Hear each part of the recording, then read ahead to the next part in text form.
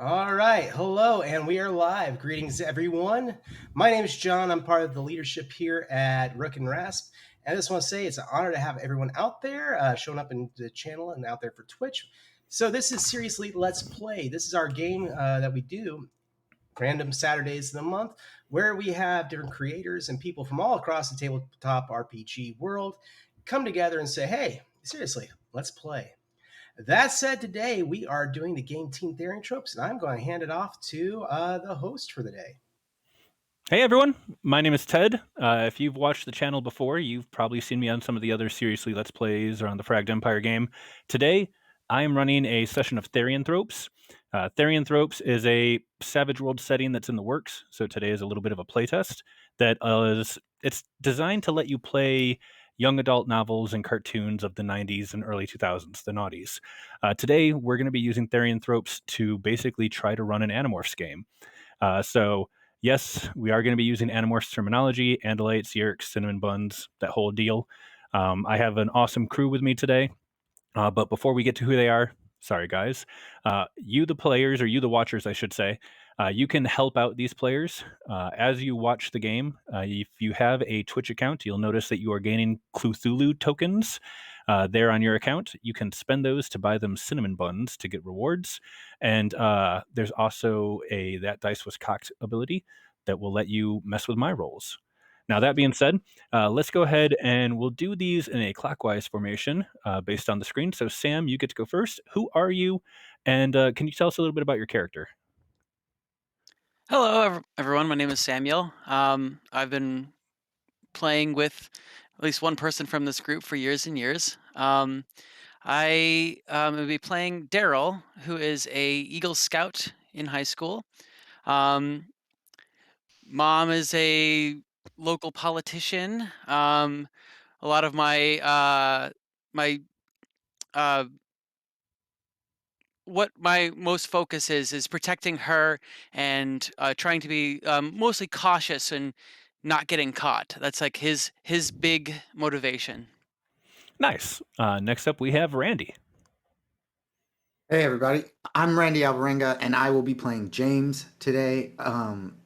He is a kid who in high school is a part of the theater club. He's very involved in that and would rather be doing that than trying to save the world. But um, in one of their early first missions together, they would have found out that his younger brother was made a controller, and so that brought him into the group and deciding that he must make the Yerks pay.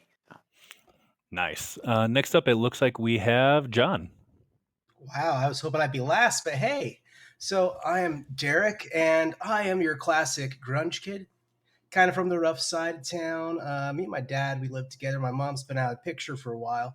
And I like to rate, I like to go to junkyards and rate it for different things. I like to put things together. I don't really do great in school, but man, I can build you anything you want.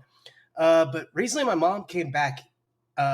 I guess you could say into the picture. She really doesn't have anything to do with me, but it looks like she's working for a bunch of aliens or something. So I kind of have to hide myself and what I do here with my friends quite a lot.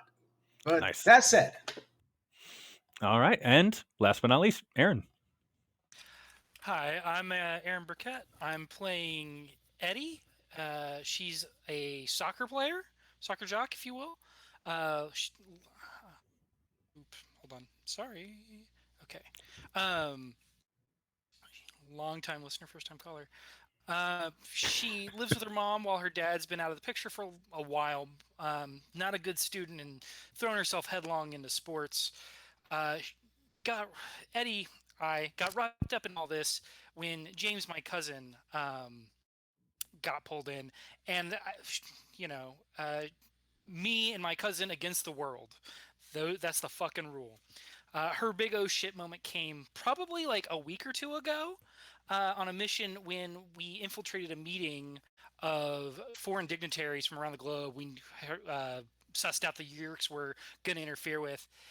and the Yerks revealed their invasion plans, and the attendees basically bought in because the price was right. Who knew adults could be so cheaply bought?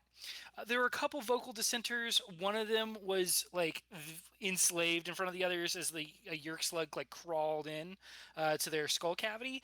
We raised a ruckus and got a couple of the vocal dissenters out. They to spread the word and raise awareness of this alien invasion. So, there's some leaders out there in the world that know about the Yerk invasion. We'll see how long they stay in power in this alternate universe of the Animorphs world. Real quick blurb about the system that we're going to be playing in. So, as I mentioned earlier, this is a setting for the Savage Worlds system. Savage Worlds is created by Pinnacle Entertainment Group. It is, it's kind of its own real thing. Aaron, what would you call it as far as like a dice system? It's not a D20 system. It's not a polyhedral system. It's its own thing. So basically, use all the different dice. But the goal is, whenever you're trying to do something, you're trying to roll a 4 or better on the dice. The more experienced or skilled you are at something, the higher the type of dice that you roll. Most things capping out around a D12. So today, we are going to be going through a little bit of a mission. We're going to be seeing how this goes. These guys, their characters are seasoned characters. If you wanted to go with like modern game that's kind of hit the main popular market, as far as like D&D levels, they'd be around 7th level. To give you some idea, if you're an Animorphs fan, they'd be roughly somewhere between like books 15 to 20. So they've been around the block a bit, but they still have a lot of learning and growing to do. I should also put this blurb out there, a little bit of a disclaimer. A good number of the players have read the series. Some of them have not finished the series, and some of them actually haven't even read it. So if you could avoid some of the big spoilers, if you're an Animorphs fan, you know what the hell I'm talking about. Please try to avoid those big spoilers in the chat. I appreciate that. I don't want to ruin it for my players. But that being said, I think we're good to go. Anyone else have anything else they want to say before we get started? All right. So just again, remember that you have those Cthulhus to help them out. You can redeem those in the chat. You can also, if you subscribe, we'll see about maybe doing some sort of special bonus for you guys, maybe giving out adventure cards, which let them mess with the game in significant manners. But yeah, I think we are good to go. And in the style of a true Animorphs novel, I think we got to give you guys an opening spiel. Randy, James, would you take it away, please? Yeah, I will. My name is James. I can't tell you my last name. If I did, it would put a lot of people that I care about in big trouble. Why, you may be asking, but if I told you, would you even believe me? I know a few months ago I wouldn't have even believed it myself, but they are already here. The Yerks. Alien invaders that control their host from the inside. They look like our teachers, our parents, or our little brothers. But me and my friends were given a gift, an ability that helps us to fight back. And for the past few months, that's exactly what we've been doing. And that means they're after us. But imagine doing all of that while still trying to pretend to be a normal kid. It gets kind of rough.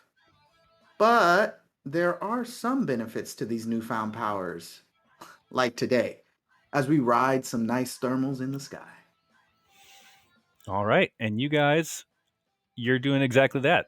Each of you has a predatory bird morph of some form or another: hawk, eagle, peregrine falcon. You're out cruising the thermals. And as Aaron described earlier, you guys kind of had a bit of a rough mission relatively recently. What with the whole, world leaders being either controllers or thrown in as voluntary helpers, and you had to blow off some steam. You're out riding the thermals. Is there anything specific you guys wanted to try to do when you're out there doing the thermals? Would you hit up maybe like a concert or visit amusement parks? What do you guys think you'd be doing? Dude, like, who what concert? Because I gotta say, living in a universe where Soundgarden still exists is definitely tops. There. Uh, Yeah. Nice.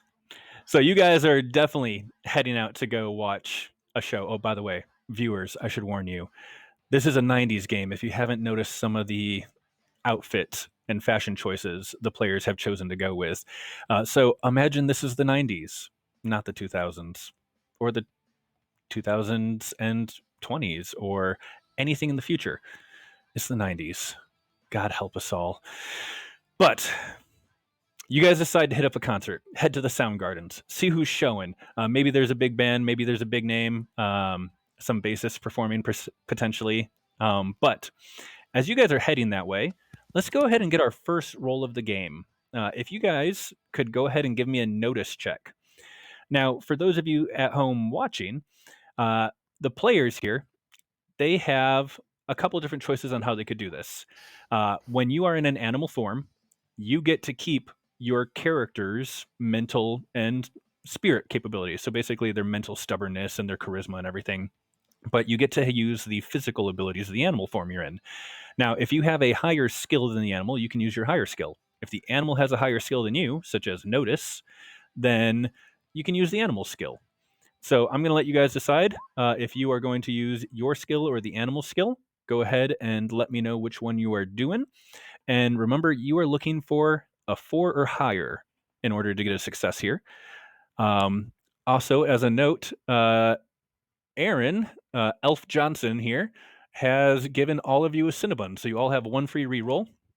And it looks like Quirky Little Fox has also given a reroll as well to Daryl.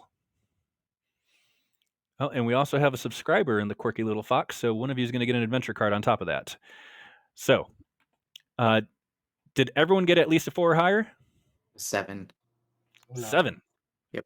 Oh, Using the Peregrine Falcons. All righty. Did anyone get higher than a 7? I did. What'd you get there? I think I'm reading this correctly, but it says 9 on the roll and wild die 4. Yep. So in Savage Worlds, whenever you do something, normally you're going to get to roll 2 dice. You're going to roll your skill die or your attribute die, and then you're also going to get to roll a wild die. You roll the 2 dice, look at the numbers on both of them, and you get to take the higher number of the 2. So Sam, you got a 9, which is a success with the raise. Every 4 points above the initial 4, something good happens for you. It's a extra benefit. So you got a success, and you got 4 more points above that, so you got the raise. So Sam, as Daryl is flying around, Peregrine Falcons, they're renowned for their good eyes. They got the teardrop streaks underneath the eyes so they can catch the light on there and it doesn't mess with them as bad as other birds. And you're really having a great time. You guys are heading towards the Sound Garden when, in the 90s, for those of you that were alive in the 90s, specifically in the early 90s, there's a brand new style of shoe that just came out that was a really, really big deal. They had little LED lights in the heels that would flash every time you took a step, and it was very, very bright and obnoxious. Sam, as Daryl is going, his eyes catch a kid down on the street level that has a pair of these brand new flashy LED lights in them. And there's just something about the pattern the lights in the shoes are flashing that catches your bird eye and it draws the bird brain's attention to it.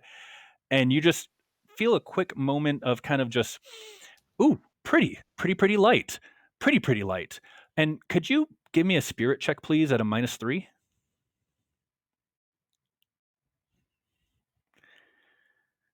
So that is a 1 and a 5. Spending a Benny, or in this case, a cinnamon bun, to re-roll. He got a crit failure. I believe that's what I'm looking at there, Sam. Is that correct? That is correct. All righty. So unfortunately with Savage Worlds, crit failures cannot be re-rolled. You are stuck with those. So crit failure here on a spirit check for Sam. And maybe I should actually explain real quick as well before going into what the bad thing is that's going to happen to everyone here. Bennies, I mentioned that earlier. Cinnamon buns, free rerolls. What you guys are doing, you're buying the team bennies. You're buying the characters bennies. And bennies, they allow the players to either reroll a roll. When we are in initiative, Savage Worlds does initiative by drawing cards and going by the face value of the cards. They can use it to redraw a new card. They can also use bennies to soak damage. So I believe, looking at what everyone has gotten, All of you should now have the bennies people have been buying for you. And keep in mind, guys, if you want to mess with the players, you can buy bennies for me as well. These guys can get bennies through role-playing. I don't get those. But there you go. On the Roll20 page, all of you should see that you have some Savage Worlds bennies above your name. That's how many you got right now. In order to use it, you just click and drag it to the screen. Sam, your eyes are drawn. Daryl's eyes are drawn to the flashy heel lights of these brand new sneakers that everyone is going gaga for. And the bird brain engages for a second, is like, ooh, pretty flashy lights. And then you feel something that you haven't felt before in the months since you've gotten the powers. You're up right in the thermals. You notice the flashy heel lights. And then you feel yourself involuntary start to change back to human form. Crit fail. It's going to happen. There's no stopping this. You're going to have a little bit of time here to tell everyone what's going on. So you guys do have the telepathy and everything that goes with being in an animal form. You can talk to each other. But you're currently about a mile up, and it's going to take you roughly about a minute to change back to human form, and this is happening whether you want it to or not. And go. All right. So this kind of presents like we're chatting up on the thermals, and I'm saying like, Derek, look, I know you really want to go to these concerts and all, but I just don't think it's a good idea. We're gonna get caught. You know, the controllers are every. Ooh, what is that? And then like the distraction of the shiny, and then all of a sudden I start to feel it. I can feel it starting with like the feathers starting to disappear and turning into like skin, and it's like it starts with the tail, and so I kind of lose my ability to fly, like ability to control myself, and so it starts quaking as I'm in the thermals, and it's like, guys, something's wrong. I don't feel so good. I think I'm changing back. Help? There is no need for you guys to do any sort of notice check for this. If any of you look towards Daryl, you'll see the feathers doing exactly as described. They're shrinking, skin is starting to appear, starting to get bigger, more human size. And Daryl, you're losing your capabilities of flight very quickly here. Guys, does anybody have any speed? Anybody want to try and get them down, or at least over by the river? Something? Yeah, I'll try to grab him and like try to like slow the fall and hurry down and try to do it safely as much as I can. I'm not the only one who should do this, probably. All right, so what I'm going to do, if you guys would like to try to help, I'm going to have one of you be the primary person trying to slow down Daryl's descent. The other two are going to be trying to aid or support. Basically, all you have to do for that is tell me what skill you want to use to try to help. You roll that skill. For every 4 or higher you roll, you add +1 to Randy's roll, to James's roll. So, John and Aaron, either of you have any ideas of how you'd like to try to help? I think I want to go with maybe athletics to either see if I can help slow them down, or notice so I can try and guide y'all towards that river that I mentioned and see if I can get y'all as close, or at least to a point where it's not going to kill him if he transforms and he's still in the air. That I'm works gonna for me. start trying to do some kind of maneuver to get down to the ground, but I know we're pretty high up. All right. So, Sam, that sounds like athletics. John, I will give you your choice of athletics or notice, depending on which one is higher for you. And Aaron, how are you helping here? I'm going to be throwing athletics at it. We're just going to try to muscle fuck it so he doesn't like turn pancake when he hits the dirt. Because that's pretty inevitable. I don't know if he can morph again in time into a smaller creature with a different terminal velocity and internal physics to survive this. So, for your guys' knowledge, in game mechanic terms, during combat, when the adrenaline is going, the blood is pumped up, you're in a rush, it only takes you 3 combat rounds to fully change form. Outside of combat, it takes you guys about 3 minutes unless you have the empath trait. Empath, which is an edge you can pick up, lets you change faster than normal. Sam, Does Daryl have empath? No, Then sir. you were not high enough to be able to change twice before hitting the ground. So I see a 5, so that's a +1 to this roll, right? I see 1 5 from Sam. That's going to give you a +1. I see another 5 from John. That's going to give you an additional +1. Aaron, what'd you have on your roll there? Hold on. Nice. don't know. There's a 6. So that's a +3 to your athletics roll here, James, to try to save Daryl's life before he goes splat. And then, so that's just my normal roll would be the 7, and then +3, so 10. 10. That's a success with a raise. So between the three of you and kind of Daryl's struggling as he's changing back to human a mile up in the air, you're able to guide him into the river. And I'm not going to be mean and give you any sort of like fatigue or bumps and bruises damages or anything like that.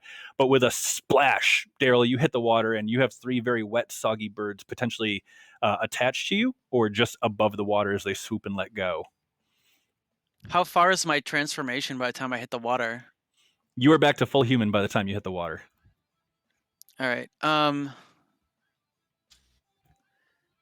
Let's see here. Let me look at my morphs here. While he does that, how would the rest of you be responding to this whole situation?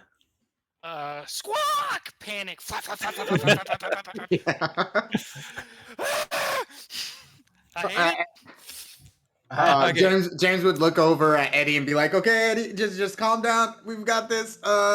What happened?" He's gonna say telepathically to to his friend, but like knowing his friend can't answer. Like I think he's just not thinking straight. Okay. So 2 questions. How fast is the river? How deep is the river? It's not flowing too fast right here. As far as depth, you probably got about a good 10, 15 feet of depth where you end up landing. But they're Okay. able to slow you down enough that you're not going to be taking any damage here. You can catch yourself. Actually, that's deep enough. I'm going to try to do I'm trying to morph underwater. And I'm going to go bluegill. All right. To answer a question in the chat, yes, they have figured out the whole tight clothes situation. He is not naked at this time. Like I said, they're about 15, 20 books in at this point, equivalent. Also, we have a couple of leotard, right? subscriptions. Yep. You got the nice tight leotard. We have a couple of subscriptions in the chat. So I'm going to roll randomly here. All right, Randy, would you enjoy Get a Clue, which is a card you can play to just have me give you a clue or answer a question?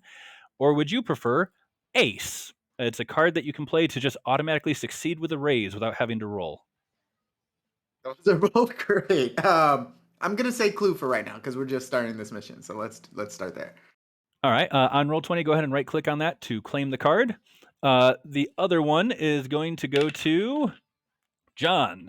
Would you like Better You Than Me, or would you like Angry Mob? Better You Than Me allows you to transfer damage to a character that you are adjacent to.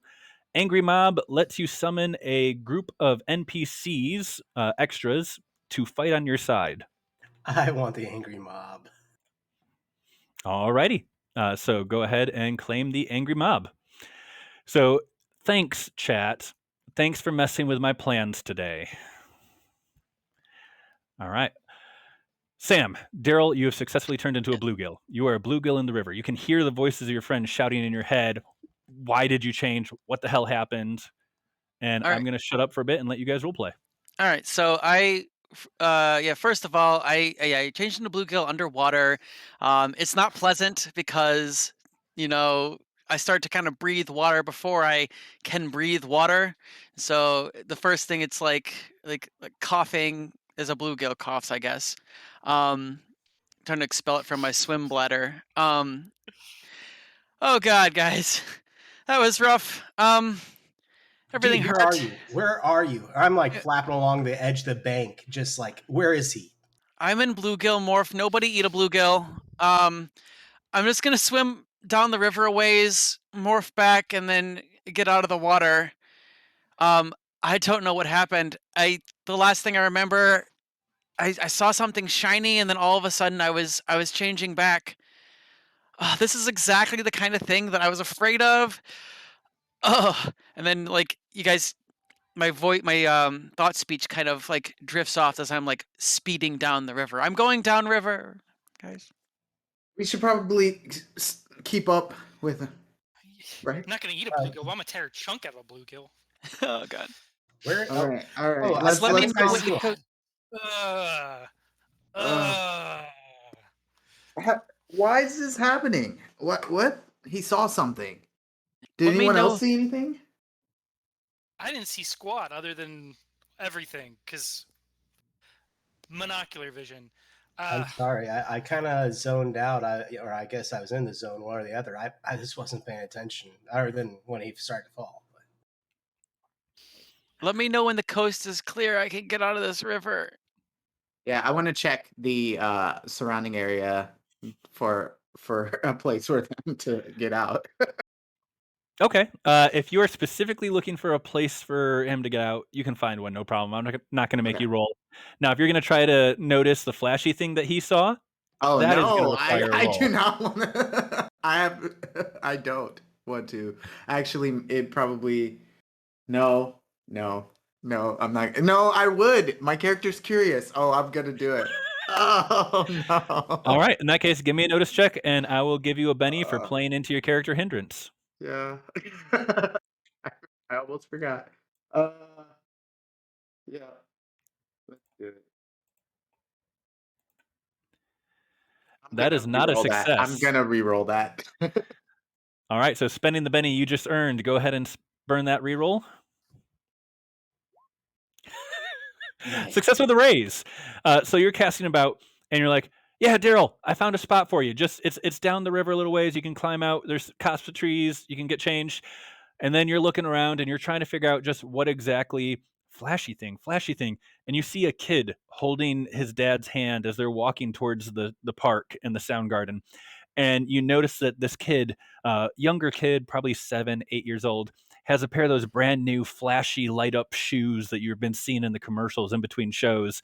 And your eyes are just drawn to the blinky, blinky, flashy, flashy. And could you give me a spirit roll, please, at a -3? Oh. Okay. Let's do it. That is not a success. Yeah, no, I'm gonna use a Benny for that. My second Benny. All right. No. That is not a success. Oh my gosh! It's the -3. It's doing me horribly. All right. Am I re-rolling this? You're Yes. down to 4 bennies by my count. No. Okay. I'm not gonna waste anymore. All I'm right. just gonna So take it. you're flying a bit lower. You're going a bit faster, keeping at about treetop level. And you see this kid, you see the flashy, and you feel the bird brain start to take over and like, ooh, shiny. And you get drawn in. And then you too start to feel yourself involuntarily change back into your human form. You're not a mile up. You're a peregrine falcon. You are a fast, small bird. You'll be able to get to the ground level before the change finishes.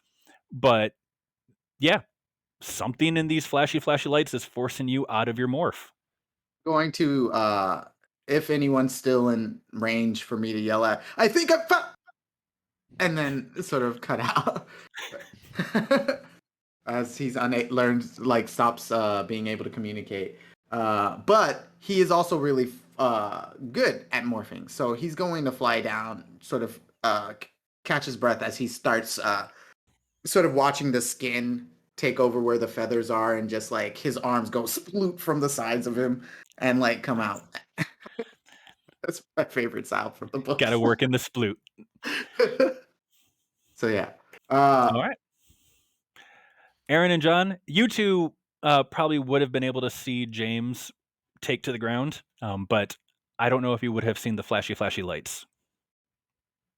I'm fishing for bluegill. I'm impulsive. I'm kind of got my blood up.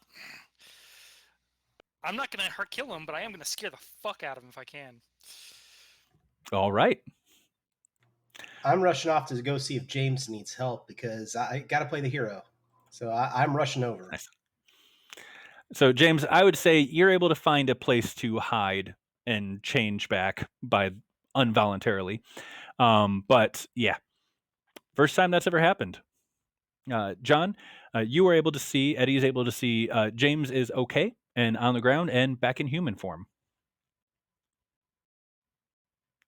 Just sitting there cocking my head at you, looking at you like, okay, was this necessary?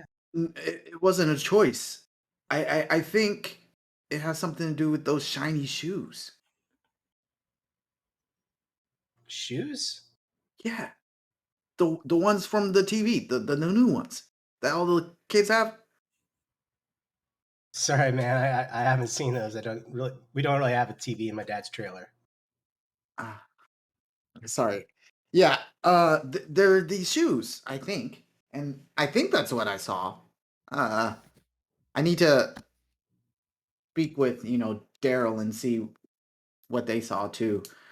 I think they're over by the river still, so might as well go back. He Unless you want looks to go down at track his down those shoes. leotard. I think I'll stay here.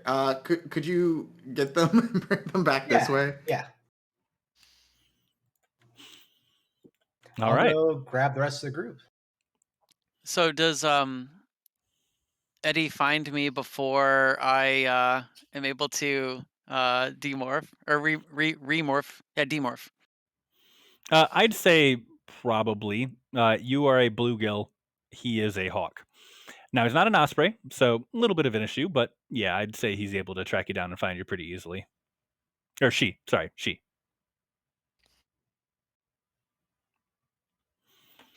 All right.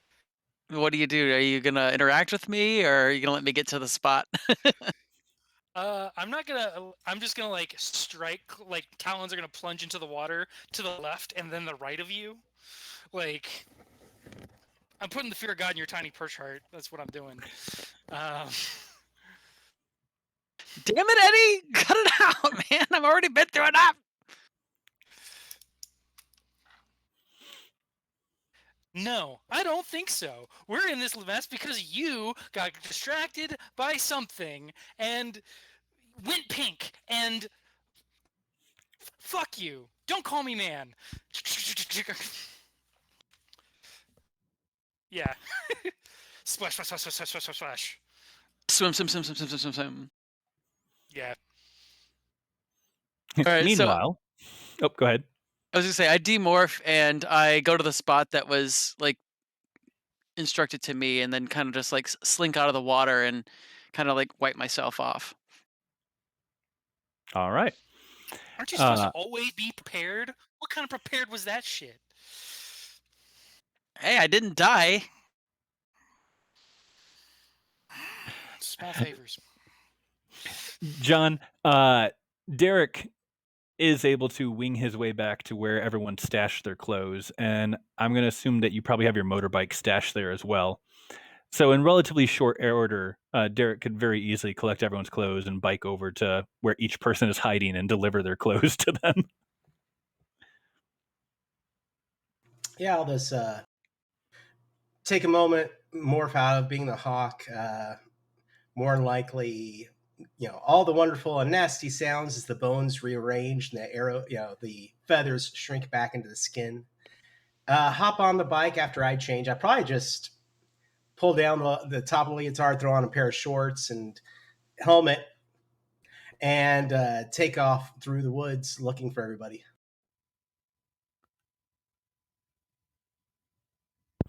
Alrighty, and within short order, everyone has their clothes. Eddie, are you staying in hawk form, or are you also going to go back to human? I'm going back to human. Since we're all human, there's no point in running the timer. Especially because I don't have a fancy internal clock like some people. So, don't look at me. Jesus, I'm sensitive to that shit. Sorry. So one key difference is our group of intrepid heroes do not have an axe. Unfortunately, they do not have a Andalite on their team to help them out. They've been trying to figure all this stuff out on their own, just based off what they can. So tell me, group, what would be your next step from here? So Daryl's maxed out on like healing, and he knows a little bit about like anatomy and like academics. So I think he would try to like do something to figure out why this happened. Maybe thinking something along the lines of like light hypnosis or something. He'd probably get on the World Wide Web and try to find a web page about eagles or like hypnosis or something, or maybe go to the local library and look at the like Encyclopedia Britannica on eagles or something. All You right, so wouldn't that use sounds like a Encarta? research role to me. What was that, Aaron? You wouldn't use Encarta? Everyone uses Encarta. Just pop in the CD and look up whatever the file says. I think Fine. probably Daryl's more of like a library goer. Like I'm pretty sure the local librarian like be like, oh, hey Daryl, back again? You know me. I'm just here looking up eagles and light hypnosis this time. Don't ask why. But that does sound like a research role to me. What's everyone else doing? Yeah, I would have before probably Daryl goes off. I would have asked Daryl if it was the shoes, and us sort of like being like, yeah, I think that's kind of what I saw. Would say we need to sort of find someone wearing these shoes and see like if there's anything weird about them. Maybe go to a shoe store and check them out. Yeah, I was thinking maybe we can try to see if my mom will buy me a pair, and then maybe we can do some experimenting and like try to see what is the cause of this. Because I mean, if we can use this to our advantage, that would be pretty cool. Yeah, but what if other people figure out that it can stop us from morphing? Maybe, like I don't know. I mean, I guess that would be really cool if we can use it, but I think it's more nerve-wracking if we can't morph anymore. Aaron, I saw the finger go up. Did you have something to say? As soon as someone says something about a shoe store, Eddie's like, we can just steal some shoes. It's not hard. That's Eddie. I told you How's it any different from we're not- stealing concerts? we're not committing crimes. I didn't even want to go to the concert in the first place. Like we're not Yeah. criminals. We're not criminals. We use Yeah, our but morphing powers for good. but we Might also I don't remind want. you? Go ahead, James. Sorry. No, I was you, James. I was just gonna say, like, we don't really want our parents knowing that we're buying stuff, especially if it might, get back to someone. Maybe Eddie's right. I was just going to point out that last time we went and did a mission, we found out that a large number of world leaders are complicit in this whole thing. We're intrinsically criminals. Oh, Oh, that's whoa, right. How no, about that? okay. No, they're the bad Thank guys, you. not us. Yeah.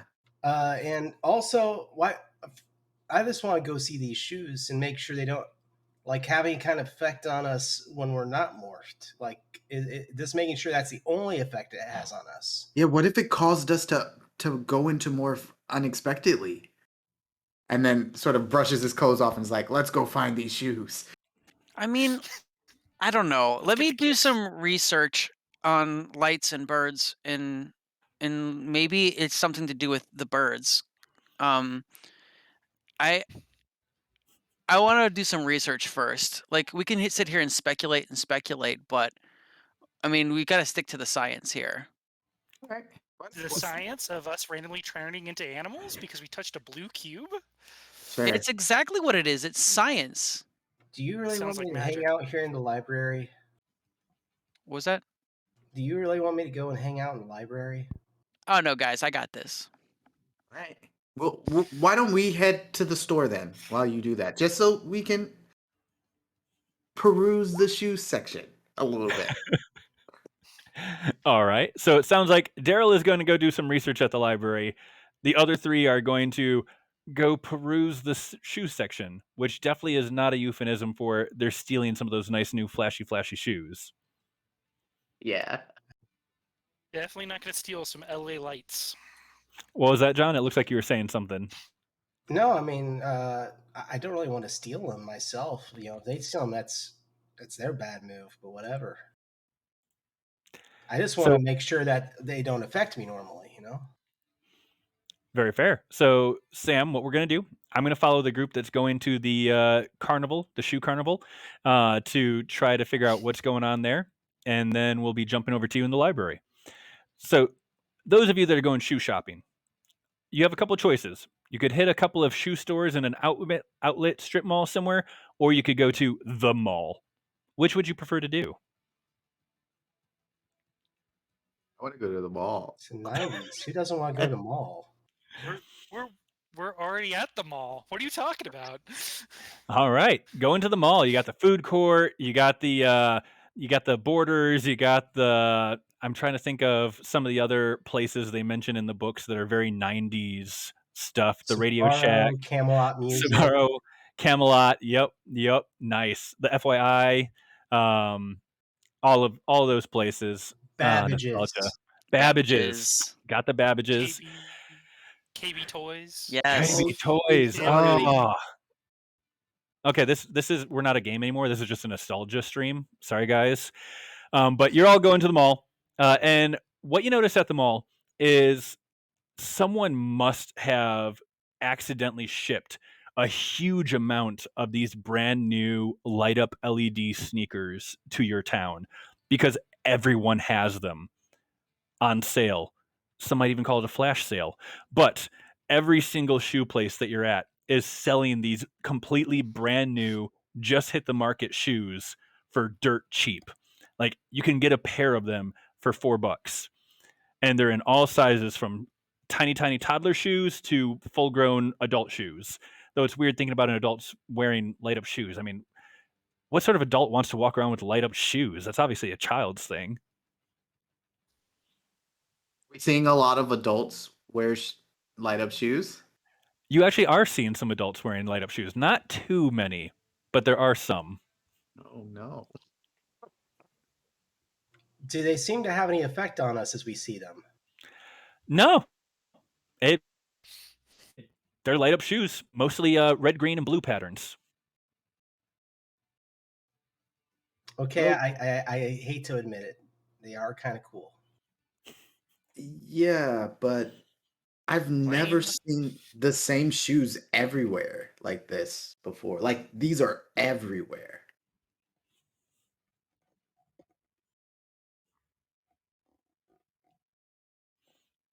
I can't even. Jesus. These are awful. For $4, they're just giving them away. I've got that much pocket change. Let's just buy some of these fucking shoes. Don't even have to steal them. There, you feel better? All right. Yes, I do. Thank you. All right. And yes, you do have enough pocket change to just buy some of these shoes. All of you have those, since I don't think any of you took the poverty hindrance. I did. Oh, you have it? I mean, even with a poverty hindrance, you'd still be able to buy these shoes. They My are just dad is that going to cheap. kill me. All right. Now I guess we go back to our hangout spot, which is drum roll. Go back to the treehouse. Probably a treehouse. Yeah, let's make it a treehouse. I like it. All right, the Built it when Therianthropes it was, treehouse. All right. Sam, Yes. Daryl's heading to the library while the others are off to go look at these shoes. And Daryl enters the library and is greeted by one of the librarians. Now, Daryl would know that this librarian is not an actual librarian. This librarian is a centuries-old robotic dog-shaped creature from outer space known as a chi. That its human form looks human thanks to advanced holographic technology. The chi, which I'm going to call... I haven't decided on a name yet. Anyone have any suggestions for a name? Gloria. Gloria. Gloria the Chi is one of Daryl's primary contacts amongst the Chi. You guys know a couple others, but Gloria is the one that came to Daryl originally when Daryl's mom was first potentially being sought after by the Yerks and warned him as just a friend of the family that something was going on, and it led to your discovery of Gloria. And Gloria is going to give Daryl a smile and say, Well, hello, Daryl. What are we researching today? Hi, Gloria. It's good to see you. I was hoping you were here. Yeah. Let's go step into like the spot that we usually talk to about this kind of stuff. And so recently we were flying around in our bird morphs, and I don't know if you've seen these like shoes that are going around, but they're like lighting up. And as my eye caught one, I demorphed mid-flight, and it was kind of alarming. So I want to She try. makes a little bit of a shushing and looks around to make sure that no one is there. And there's a brief flicker, and then her robotic dog form is in front of you, and you'd recognize this usually means she has a hologram around you guys. Mhm. And she's like, "Okay, what were you saying? It should be safe now." Oh no, I was saying before that we'd move to our safe location first. But yeah, yeah. So I just want to look up like light hypnosis and maybe in relation to birds or other animals. So that's kind of what I'm here to figure out. She does kind of that canine tilt of the head as though thinking, which you've kind of gotten used to being kind of like a processing gesture from her. And she's like, "Huh? You said shoes? Yeah. Well, that would explain why the Yerks have purchased a shoe factory outside of town. We were wondering what they were doing with that. Hmm. The sharing recently purchased a shoe factory outside of town. We were uncertain as to why they would need this, So they but yes, probably have something going on here, huh? if you would like to stay here, I will find the relevant books for you. Thank you. Oh, Bartholomew says hi, by the way. You see a bit of a robotic smile on her canine muzzle as she's tell Bartholomew that he is a good boy. I will be Just right for back.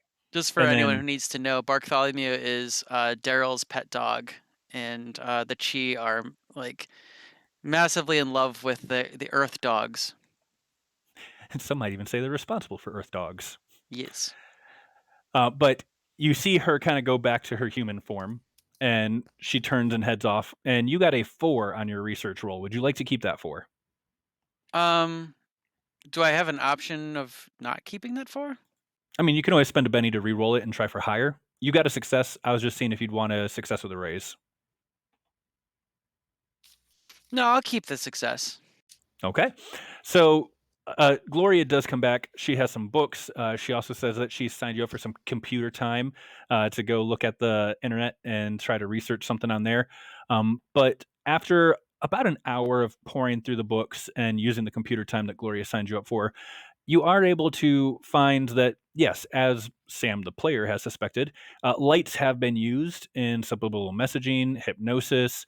There isn't specifically anything about birds being particularly receptive to it that you can find, but lights are commonly used in a form of subliminal messaging, and there's even some reported cases of the government trying to do stuff like that with sleeper agents. Of course, that's all conspiracy theorists talking about that in the chat rooms. All right, just as I suspected. It looks like I need to go do some experiments.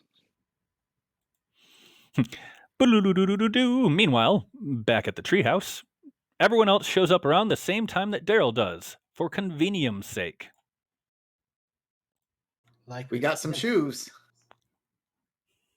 I show up with like a stack of Xeroxed papers from some books that I had, and maybe like one of those printouts that has the perforated edges, and place it on like this little desk that's in the treehouse that has a bunch of stuff like that on it. Um, all right, guys, I have some ideas, but let's take a look at these shoes. What did you guys figure out? They're everywhere. everybody's got them. Like I even managed to buy a pair. They're like $4. Yeah.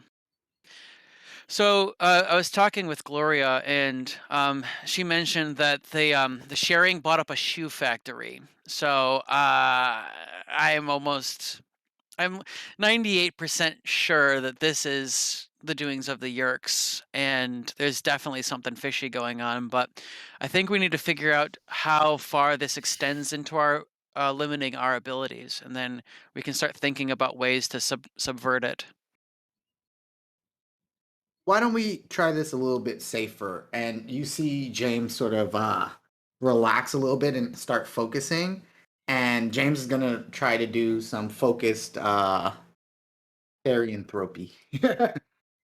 So changing, for example, maybe just a part of his body to be more animal-like. Uh, so Yeah, so while he looks that up, for the people watching, focused therianthropy is one of the edges you can pick up that allow you to just change specific body parts, like changing your nose to a wolf's nose to get that increased sense of smell, changing your fingernails to claws, things like that. So, Randy, what's James thinking here? he's gonna. I mean, he wants to be safe, so that's why he's keeping it here on the ground. But he wants to see if it will affect any like random like morph, and so he's gonna try to transform something simple like his hands into like dog claws or whatever, or wolf Okay. claws. Uh, and so he starts transforming, and I do that with what role is that again? That's going to be a focus roll. Right. This isn't a stressful situation, so you can just do it no problem. Okay. But how are you guys going to test this out? I was gonna put the shoes. I'm gonna observe and then take notes. So there's also, so I take a lot of notes, but I have a fire pit that I burn everything after we've figured it out. But yeah, I would just be standing there observing, and then let someone else like handle the shoes. All right. Aaron, what you doing there, Eddie? I think I'm waiting for James to finish the focus shifting, and I'm gonna slap these shoes around. All right. Stupid shoes. Out of curiosity, how many of you bought a pair of the shoes? Probably would have. Well, not all three. I would have not then. Okay. So Eddie and Derek, you both have a pair of the shoes. Got it. So yeah, James is a very fast. He's an empath. He can change very quickly. When it's just one specific thing, it happens extremely quickly. So he's like, "All right, dog paw." And Eddie, you take the shoes, clap them together, blinky, blinky, blinky. James, can I get a spirit roll to -3, please? Oh no. Yeah. Let's do it. Wait, did it not roll? I did not see it roll. Yeah. 1 second. That is not a success. That is a Not at -2 all. and a -1. Uh, Would you like to keep that, or would you re-roll it? no, I'm gonna keep that. All right. You kind of humanize. You see the blinky blinky pattern in front of your face as the shoes click together. You kind of stare at it for a second, shake your head, and when you look back down, your hand is a hand. Okay. Everyone else, You didn't mean to do that, right? No. everyone else, yeah, you didn't draw it in. You didn't get focused or mesmerized. James is the only one that felt something weird looking at it. Okay, now someone do a morph that has a different kind of vision.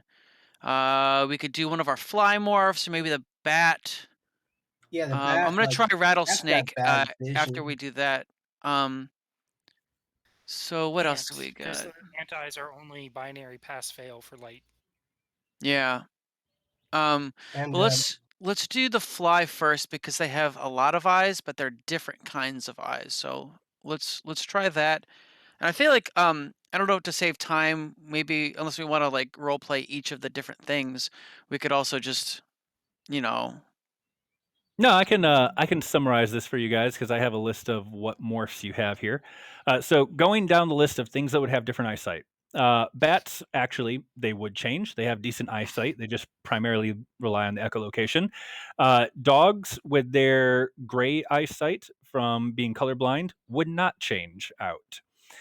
Anything that can see color changes out. Ants, for example, no change. Cockroach, no change. Bird, change. Cat, change. Yep.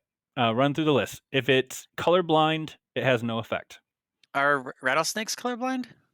They are not. They can actually see more colors than humans, so you would be forced to change as well.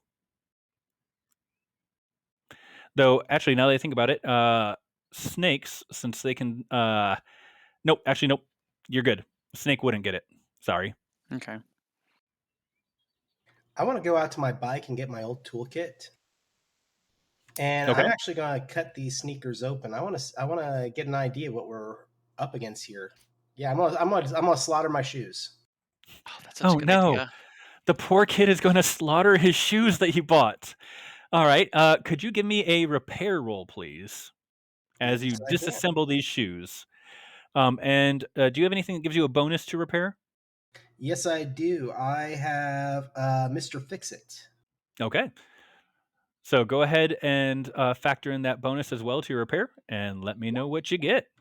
All right. All right, that is a 7. That is one shy of a raise.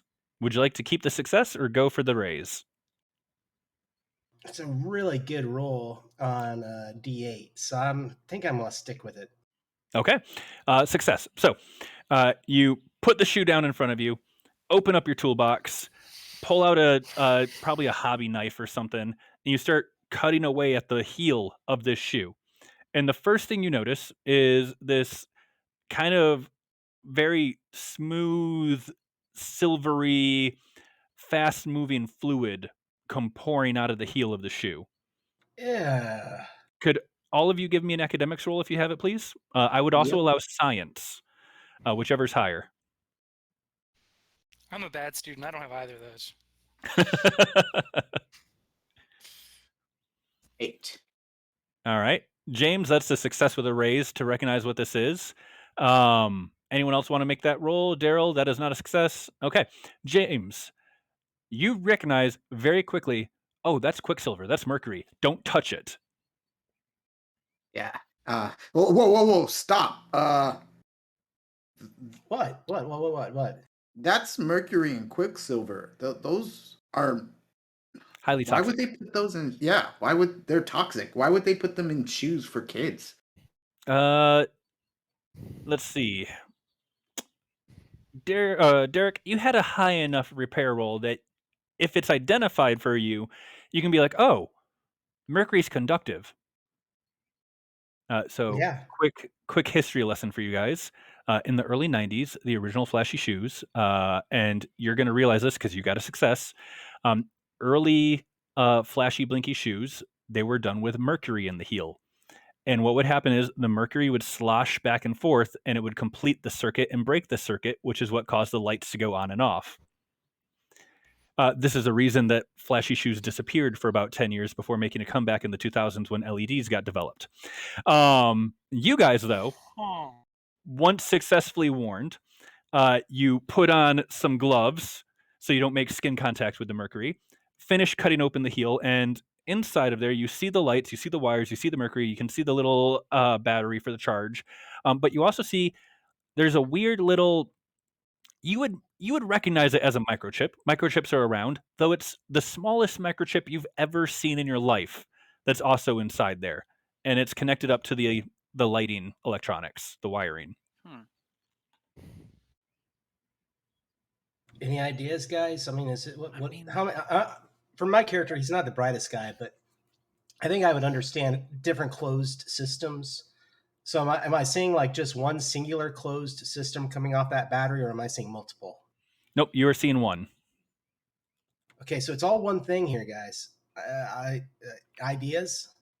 That microchip there is very small. I've never heard of anything being that small.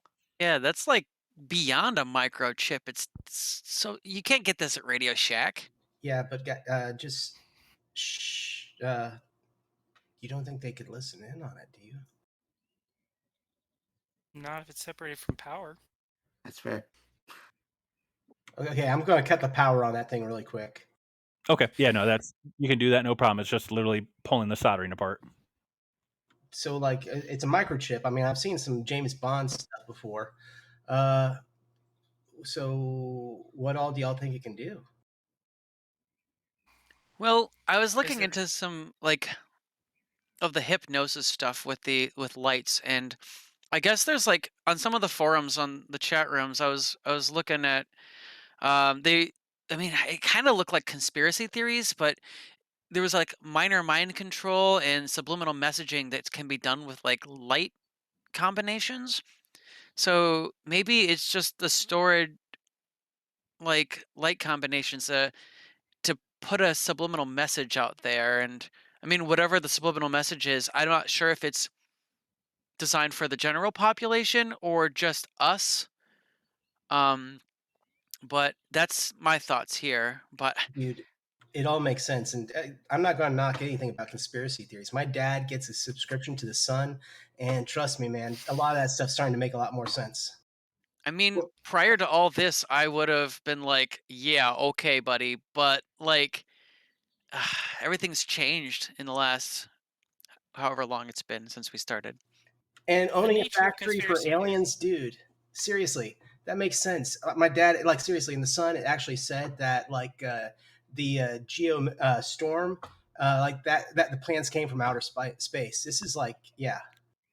Oh, what were you saying there, Aaron? I was just going to say the nature of conspiracy theories is chalking up, is attributing malevolence to incompetence. Oh. I'm a stupid person, and I recognize stupid people, and this is a very stupid plan. Well, here's the thing. So the Yerks have bought a factory. These shoes show up everywhere, dirt cheap for everyone to get. There's a microchip that doesn't seem to be something that is pretty standard for us, right? There's something fishy going on, and I think it all stems from that factory. Well, yeah. Correct. Yeah. Let's go ant around there.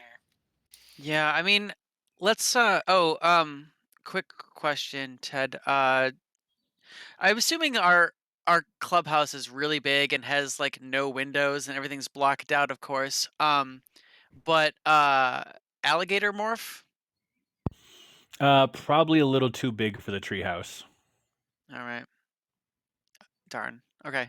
Alligators are potentially huge, and since it's your primary battle morph, I have the feeling you would have gotten the biggest you could get. So you're It's a probably talking about 10 to 13 feet long. yeah. I mean, big crocodile is what I picked. Oh, then you're probably talking about 15 feet long. Yeah. Darn. We need to figure out which morphs aren't affected by this, and then use them at the factory to A, do some recon so we can see what's going on, and B, maybe mess it up a bit or all the way. Yeah. Agreed. Uh Derek, how long do you think these things will last for? Like, is this shoe gonna like be functioning for like a month, 10 years? Like, how long do you suppose based off of what you saw? Derek, I'm not going to require you to roll for that. Considering it's Yerk technology and the battery in it, it could probably last for years as far as you guys are aware of.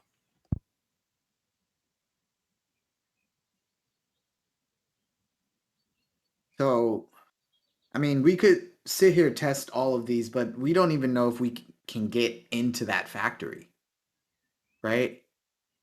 We can get into it. It's There's Getting no way that a factory is going to be roach proof. Okay. Well, that's what I'm saying. Roaches seem to be unaffected, right? Let's just do roach morphs. So based off of my knowledge of the books, Ted, have we run into some of the defense mechanisms that they used in the books against animorphs? Like I forget what it was, the one that like You checks your guys DNA. have not run into any biofilters yet. No. Okay, yeah, guys, How I think this is a good convenient for idea. me.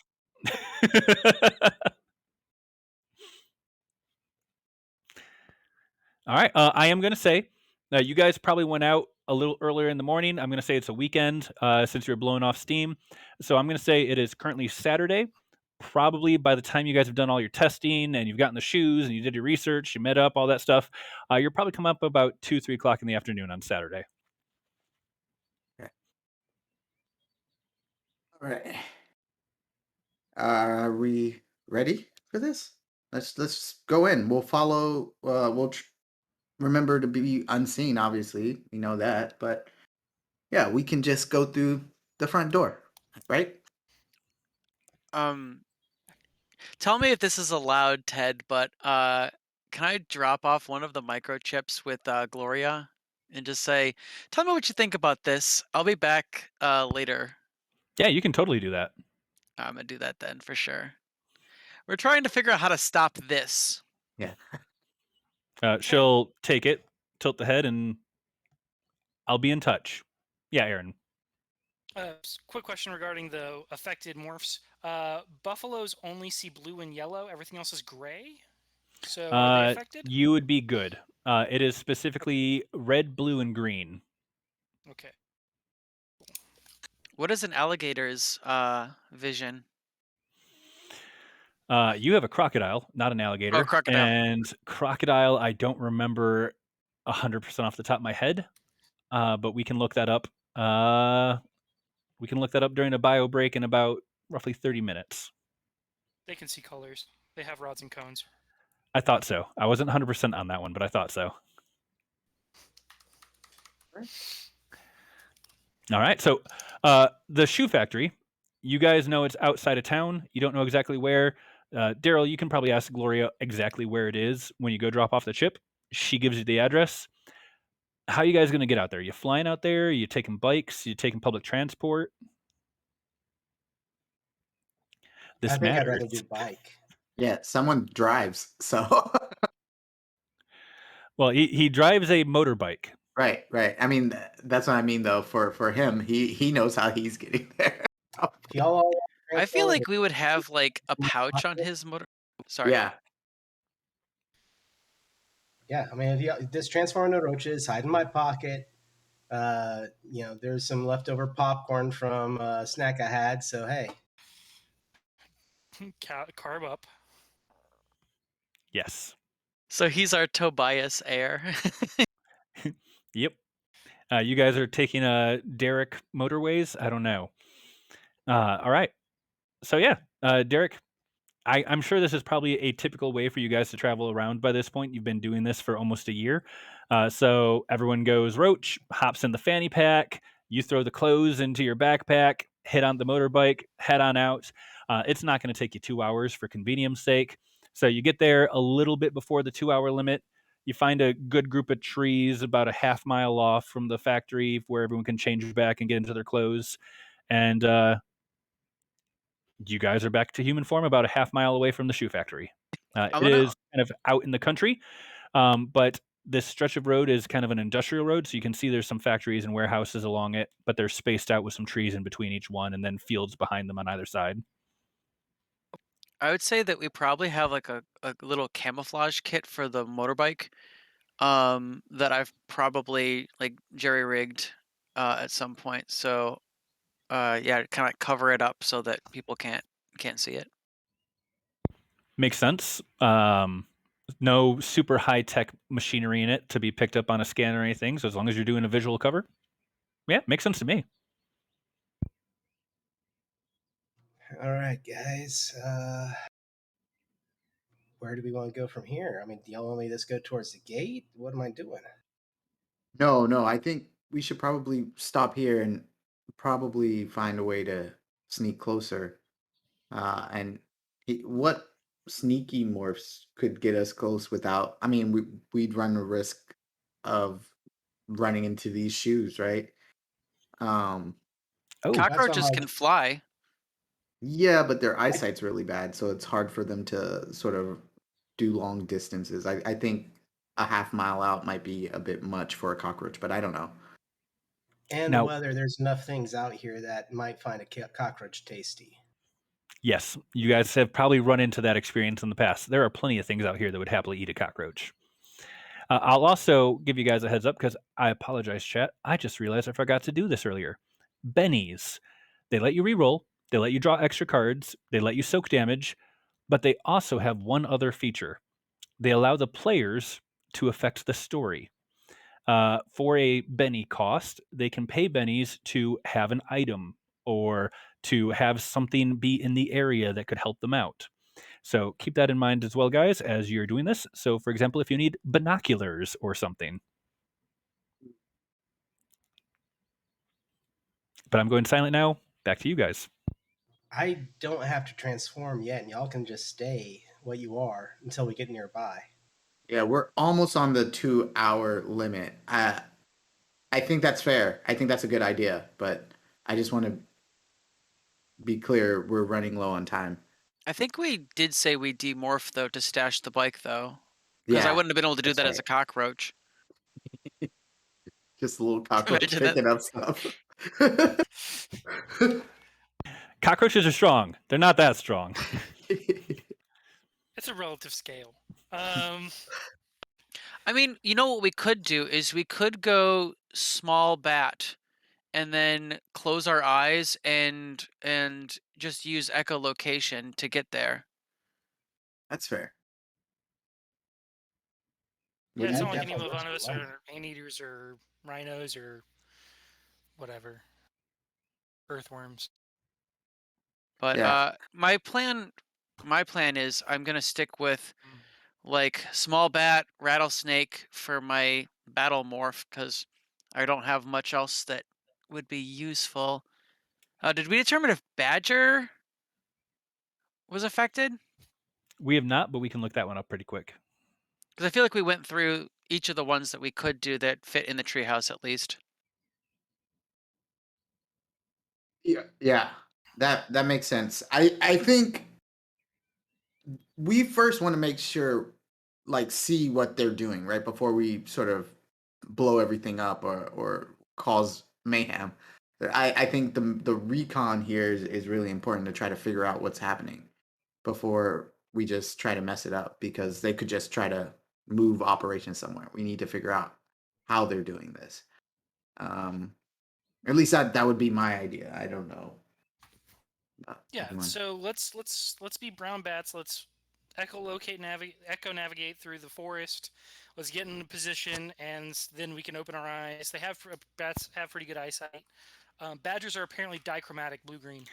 Yes, they do not have. Or they are colorblind. Awesome. That being said, blue green are two of the colors in the flashy lights. Ooh. But no, Was it it did not affected? affect them. All right. Has to be all three colors: red, green, blue. Cool. I get to keep my favorite morphs then.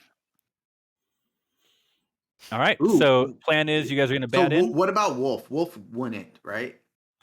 Wolves are colorblind, if I remember correctly. They would not be affected because they cannot see red, if I remember. No. Nice. They I can't see got. one of the colors. I don't remember which one, but you're good. Okay. Hope you don't mind me asking, but I'm gonna ask. Skunk. Skunks, I believe, are monochromatic. So I think you're good there. And a skunk is the most strong animal of all of the animals, if we've read. Yeah. Few natural predators. All right. So brown batting it up, team. So pretty much the general rule of thumb is if they have poor eyesight or if they're nocturnal, they probably have some form of color blindness when it comes to animals. Awesome. Okay, one last one. Owl? Owls, they do have good eyesight. Yeah. Alrighty.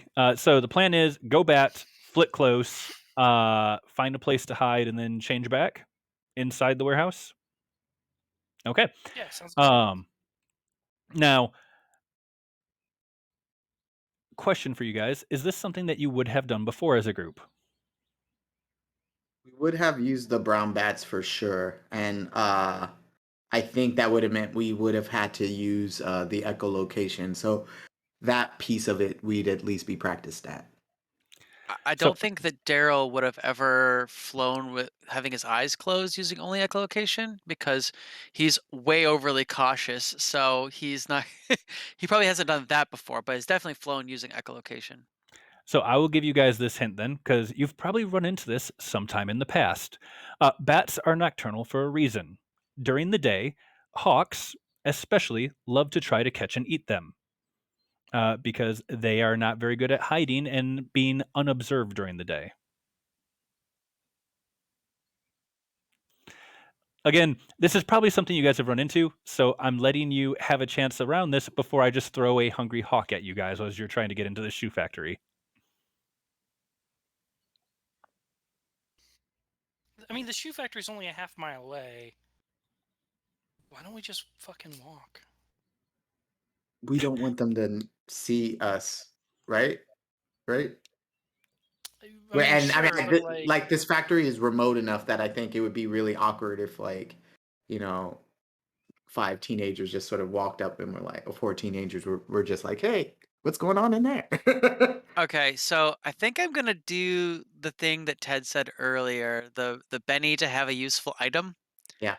Okay. Just to make things go a little faster here. I'm gonna reach into the little kit that I keep on Derek's motorbike and pull out my little spyglass, my little Boy Scout branded spyglass, and see if I can see the place from where we're at. Get as close as we can without them really seeing us, but using the binoculars for that. I'll allow that for a Benny. So go ahead and give me a notice check. This will be at a +2 for the use of the spyglass. The best parts of all the Animorphs books are as the team just sits around debating plans. Actually, I'd probably hand it to someone who has better eyesight than me because I don't see very well. So I'm not sure who. We probably have someone who's better at like spotting things. I'm gonna hand the spyglass to them to look. All right, what's everyone's notice skill? 8. 6. D6. Here you go, James. Got it. All right, James, notice at a +2. All right.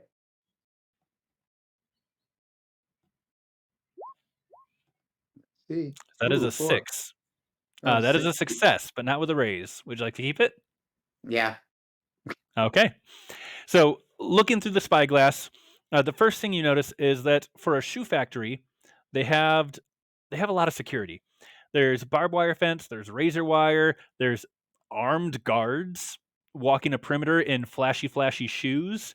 It must be like, I don't know, maybe employees get the shoes for free or something. I don't know. And there's a lot of security on this place for a shoe factory. You see over the course of your watching, they have at least 6 human guards walking patrol. They shift about every 5-10 minutes. All of them are wearing the flashing shoes, and they're kind of just watching the skies and also watching the ground. And that's all I'm going to give you with a success. Got it. Okay. This place is heavily guarded, and everyone seems to have those shoes. Like everyone. Do you know? I mean, it's a factory, right? Is there like a drainage culvert or something where like something comes out of there where we could go up that? I Just didn't saying. see one. Yeah, no, that's a good question. I don't think I saw GM anything like for that. a Benny. You did not see one, but totally makes sense that there'd be something like that. I mean, most factories and warehouses have some sort of drain for sluicing the water down at the end of the day when they wash off the equipment. So, yeah, makes sense that there'd be something like that. It's gonna be full of mercury. For Benny, I'll say yeah. It's the 90s, it's the Yerks, they don't give a damn. There's a little stream running out back of the shoe factory with a pipe pouring into it. It's getting a lot of kind of brown, sludgy water out of that pipe. No silver or mercury looking that you can see. Just brown, sludgy water. Well, y'all. Is it big enough for a rattlesnake to go through? Oh, easily. Oh yeah, no. This pipe is about roughly 3.5, 4 feet tall or wide. They've got bars and grates across it though, to prevent humans from fitting inside of it. I mean, if we think we want to go that route, I mean, that sounds good. Let's do it. Uh, All right. So as you guys are heading to this sewage drain, could all of you give me a notice check, please? Since you're not an Animorphs, this is just your plain regular notice skill. James, no +2 this time. Okay. Daryl got a 3. James got a 5. Derek got a 3. All right, and Eddie with a 7. Would anyone like to re-roll those, or are you all happy? All righty. Eddie, you notice it first, but James is pretty close behind you. As you guys get to the sewage drain, they start to kind of like pull the weeds to the side to see the drain a bit clearer. And that's when you notice dead lizard, dead cockroach, dead frog, and the mouth of this drain, kind of hidden under the sluicing water and the plants, there's just a bunch of dead animals underneath of it. Whoa, whoa, whoa, whoa, Okay. whoa, whoa, whoa! Stop. What's that? Yeah. Okay, I maybe don't this know. wasn't my brightest idea. No, I'm not sure it's necessarily the water. Not all of these animals needed to climb in through the pipe. There might be something here. Now that you guys are all looking at them, they look almost burned, like someone hit them with a flash fire or a flamethrower.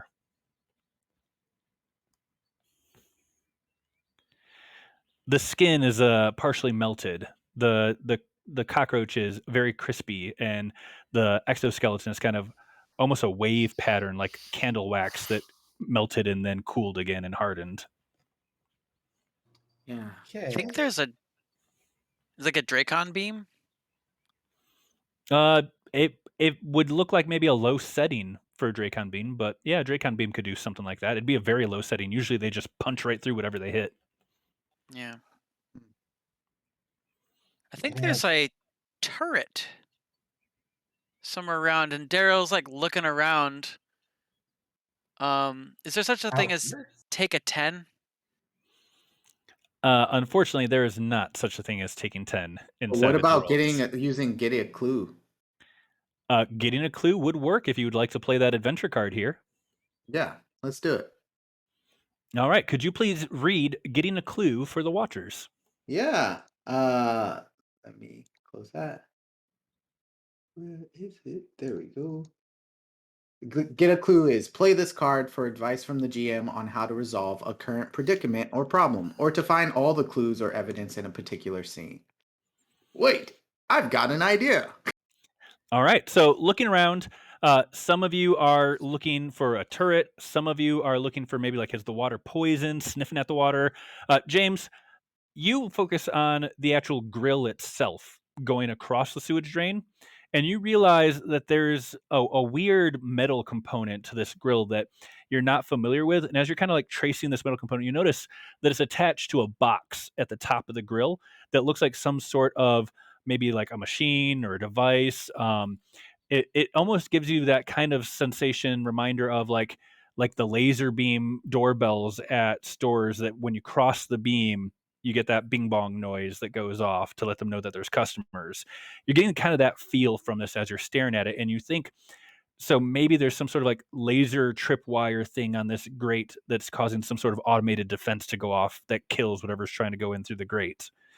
And as you're looking at it, you realize if you're very careful, someone could probably, there's a little bit of a gap between the grate and the box. Someone could probably get through the grate and up into the box to maybe see if there's a power source to disconnect or something, but you'd have to be like ant or cockroach form, something small. Yeah. So he would definitely start telling everyone that. Looking over at Daryl, sort of looking around for turrets, he'd go, I'm not quite sure that's the right idea, and would sort of point Daryl over to where the grate is and go, I think there's like some kind of machine that's scanning things and taking them out.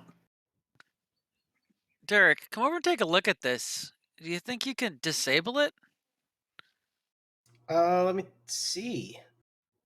So I'm not gonna reach my hand in there, but I'm probably going to like take a knife out, pocket knife, and flash it around where it like anything, kind of waving that underneath it, because my character is gonna also experiment a little bit.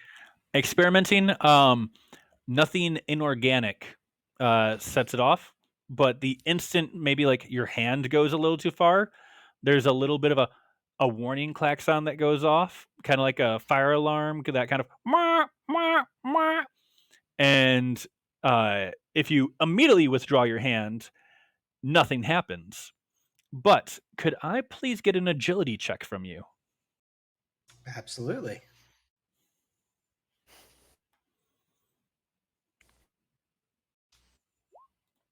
Man, I'm just rolling 3 all day long. Would you like to keep that 3 or spend a Benny to re-roll it? No, I would like to spend a Benny to re-roll that.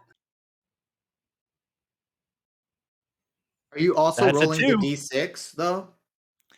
Oh yeah, no, that's a good point. You are not rolling the d6, the wild die.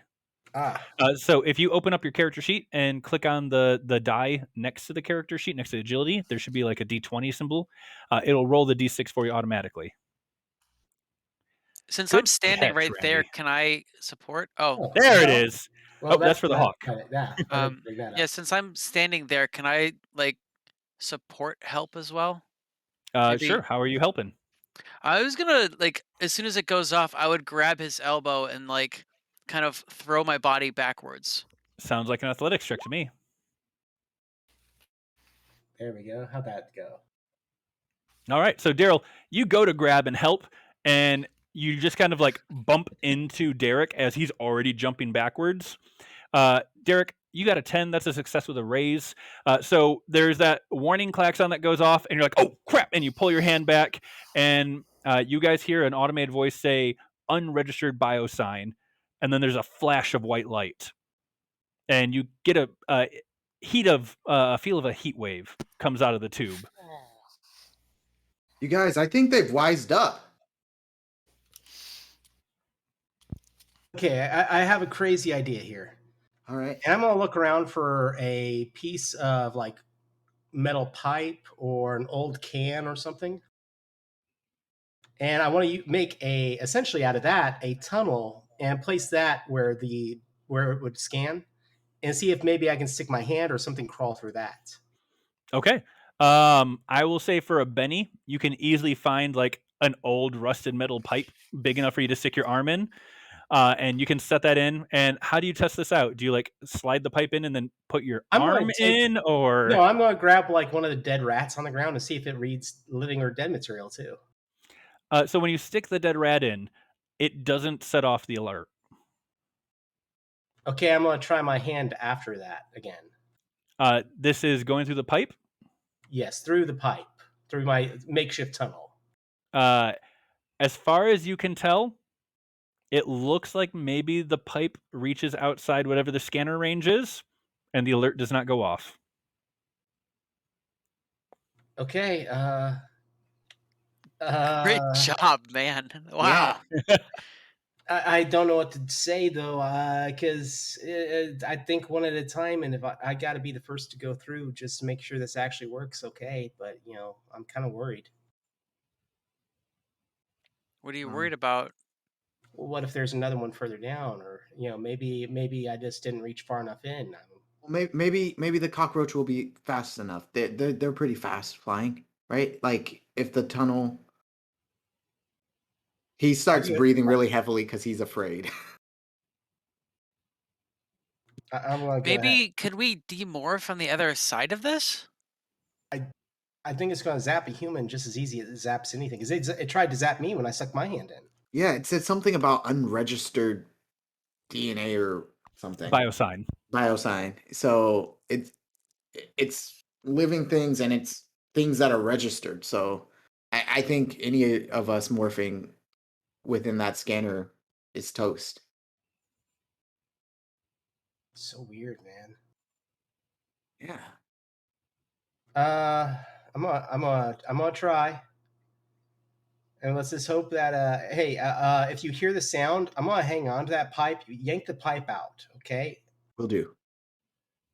Because either Yeah. I'll outrun it or hopefully I'll pull it out in time. Okay, I'm gonna try and morph into a cockroach and go down that pipe. All right, sounds like a plan to me. I am going to say you are stressed out by this. So I am going to require a focus roll to successfully change here. Oh, so much fun. Because you only have to roll dice to change when in a stressful situation. So let's go ahead and get that focus roll to change your shape. All right.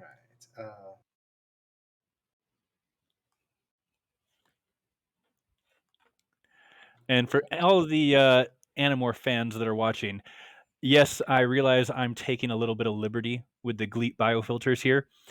Since it's supposed to be like an entire room is censored, I have to give these guys some sort of chance. Come on. Yeah, we don't have an Andalite to sort of yell at us. Not to mention, All right. I like the pipe idea. I don't think anyone's tried that ever before or even talked about that in fan theories or servers. So on a sick. D6, I rolled a 6. So that technically exploded, right? The 6 does explode. So if you roll the highest number in Savage Worlds, you get to re-roll that die and add it to it. So that's a 7, but you also get your wild die, which is also a D6.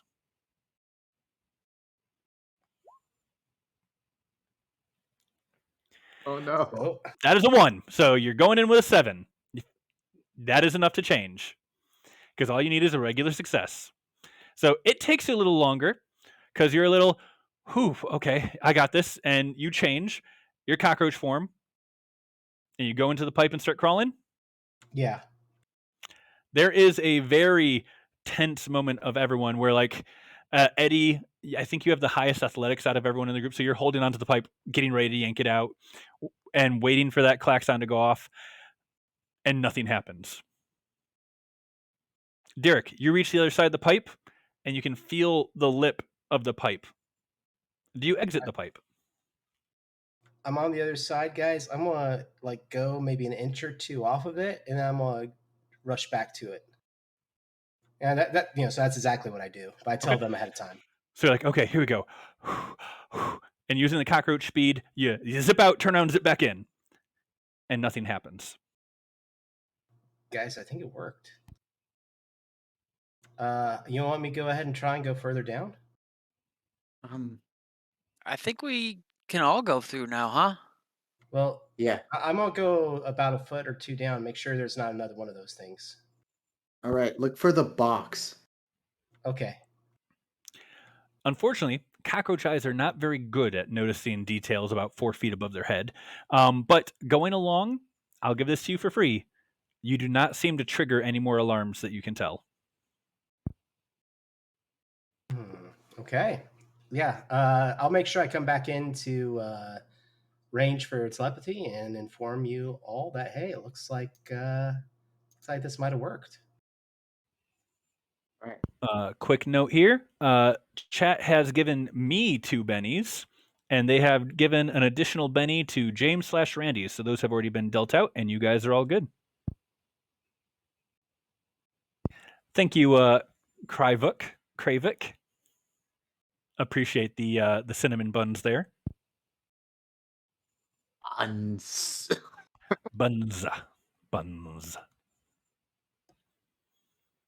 Meanwhile, all the non-fans are like, "What the hell? What is up with cinnamon buns?" It's an Animorphs thing. Sorry. It's a 90s thing. Come on, man. Aaron, if you're talking, could not hear you. But there you go. Now I can hear you. John. So Derek goes down, deep breath, zips out, zips in, no alarms. Continue down the sewer a couple more feet. No other alarms go off. You think you're in the clear now. Holy crap, guys. I think this worked. All right, I guess we morph and go in. All right. I'm going to be nice. The rest of the group, this is not a stressful situation because you know it works. So I'm not going to require any rolls there. You go cockroach, you crawl on through the pipe, and you get through. No alarms go off. No flashes of destroying heat or light. One thing I just want to add, I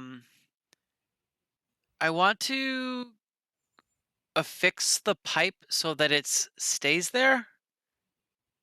Okay. Before I go in and maybe like put something over it so that it's not so obvious if you're looking from a distance. Well, I believe you left the stealth coating with the motorbike. So unless you want to spend a penny to have some duct tape or some more extra like I was thinking camo netting or something.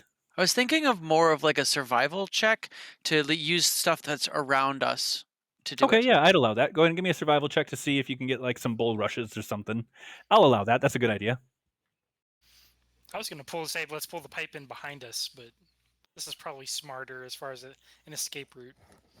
All right, that is a 5. So yeah, on the outside of the pipe, you're able to disguise using some bull rushes that there's a pipe sticking through the grate. So if any of the guards walk by, they may not notice it too easily. Be prepared. They actually say that. All right. So you guys continue on down the tube. Are you changing back to human form and crawling through the sludge, or are you staying cockroach? I was I'm probably done. gonna demorph and then maybe morph a rattlesnake or something to go through the pipe. I'm demorphing to traverse through the sludge in case we need another form, like rabbit All form. right. So we have one person going rattlesnake, maybe going ahead looking for heat signs. One person staying human. John, what are you thinking? I think I'm gonna stay as the cockroach, and I'll just use my antenna to reach out ahead of me. See if I feel anything. Okay. And Randy, what's James going to do? Looking at whether or not mice are colorblind, and it's saying they are. Okay. But does that track with what you know about mice? No, you are good. Cool. Then I will go mouse. Okay. So we have a snake, a cockroach, and a mouse, which sounds like a weird form of rock, paper, scissors. And you guys are heading down with a human bringing up the rear. Eddie can move a bit faster than the rest. Actually, the mouse is probably fastest in this situation, followed by the cockroach, and then the snake bringing up.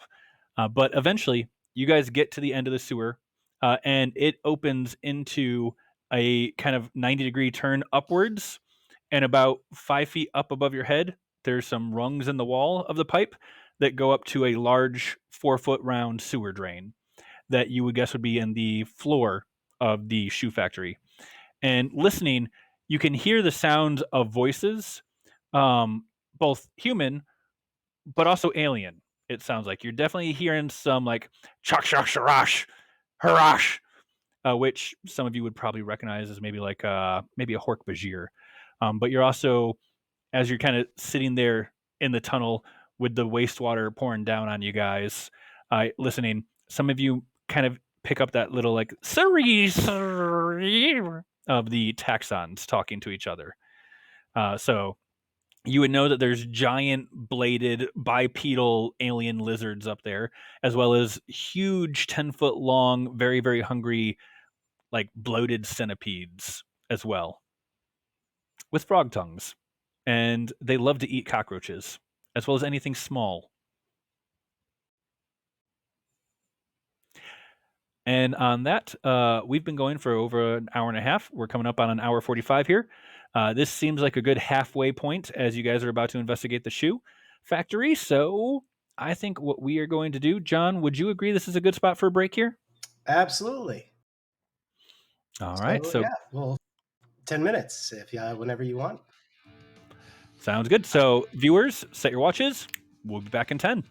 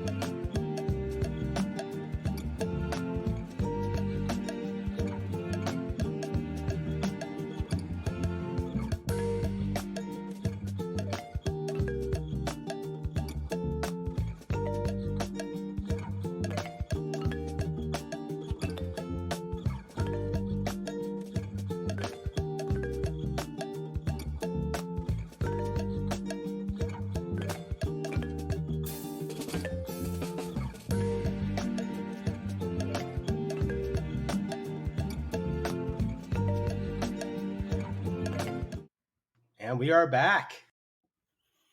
Hi, everyone. All right. Well, for anyone that joined us during that break, I am Ted. I'm joined by an awesome crew. We are playing Therianthropes, which is a Savage World setting that's in the works that is designed to allow you to play the young adult novels and cartoons of the 90s and noughties. And today we are playing a Animorphs themed game. So real quick, if you guys could just go around, reintroduce yourselves and your characters, and we'll get back to where we left off. And let's go the same order. So Sam, you go first. Hi, everyone. I'm Samuel Borrello, and I'll be playing Daryl, no last name. All right. I'm Randy Alvarenga, and I'm playing James. Also, no last name. All of us, I think. Such a strange family Yeah. that we're all part of. But so my name is Derek. My real name is John, but I am playing Derek, and I'm the kid from the wrong side of the track with a heart of gold, and likes to turn into animals in his spare time. Hi, y'all. I'm Aaron Burkett, and I'm playing Eddie, James's jock cousin. All right. And to recap what we have found out so far, the Yerks have purchased a shoe factory where they have started the trend of flashy, blinky sneakers and shoes. And they are using the sneakers potentially, it looks like, to send subliminal messages that kick you out of morph. We have also discovered that it only seems to affect animals that can see color. And we have been going through and learning which animals are colorblind and which ones aren't, because Animorphs is both fun and educational. So, continuing on, when last we left off, you guys were climbing up a sewage drain in the bottom of the shoe factory. You had reached the end of the sewage drain, so you got to the sluice drain at the floor of the factory, and you were hearing a combination of both human voices, Hork-Bajir voices, and what sound like taxon voices. And I'll let you guys pick up from there. I'm gonna do in thought speech. I'll tell you guys. I don't know how good I'm gonna be in a fight in this factory. What have you guys got that's gonna work? I don't think we want to get in a fight here. I think getting to a high vantage point where maybe these Texans won't be able to, and he sort of remembers back to a time they almost got eaten, probably. And I think we need to get high, and without getting seen is probably the safest way to. That's the trick. The trick is to not be eaten.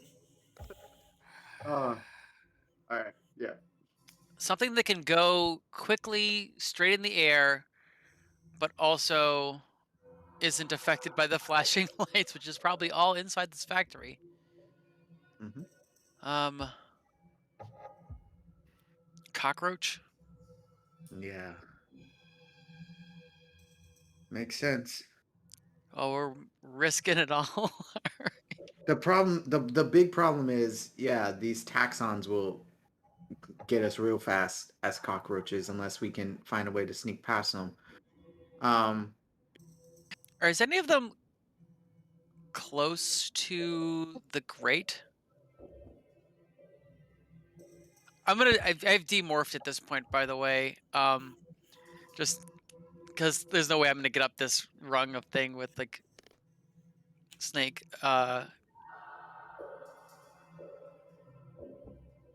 No, you're good. Sorry, just had to fix my lighting there. I would say that some of the voices sound like they're relatively close by, but you're not quite sure exactly how close they are. You'd say they're definitely somewhere within 20, 30 feet of the drain. You just don't know how close.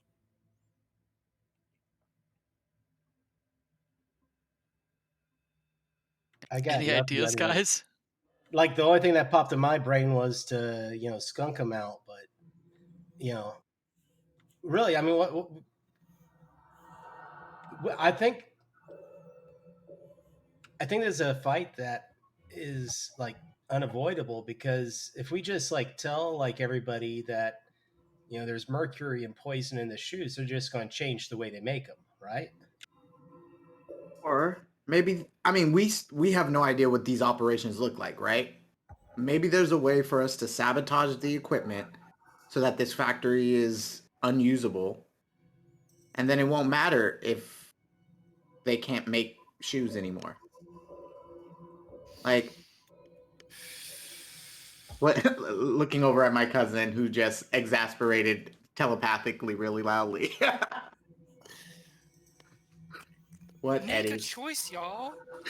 All right, maybe Let's go with this real quick. Sam, I believe Daryl has the highest intelligence or highest smarts out of everyone in the group. Does anyone have higher than a D10 smarts? my smarts is 12. Oh, Yeah, okay. I have a 10. Uh, Yeah. In that case, I'd allow the D12 and the D10s. Go ahead and give me a smarts check real quick. All right. 6. So you both got a success. That's all I needed. Both of you are thinking about it. Randy, it comes to you a little faster for James. If you do just like break the equipment or destroy the factory, you have to make sure you do it somehow stealthily, because you don't want the Yerks to know that whatever they did with these shoes is working, because then they might just ramp up production some other way.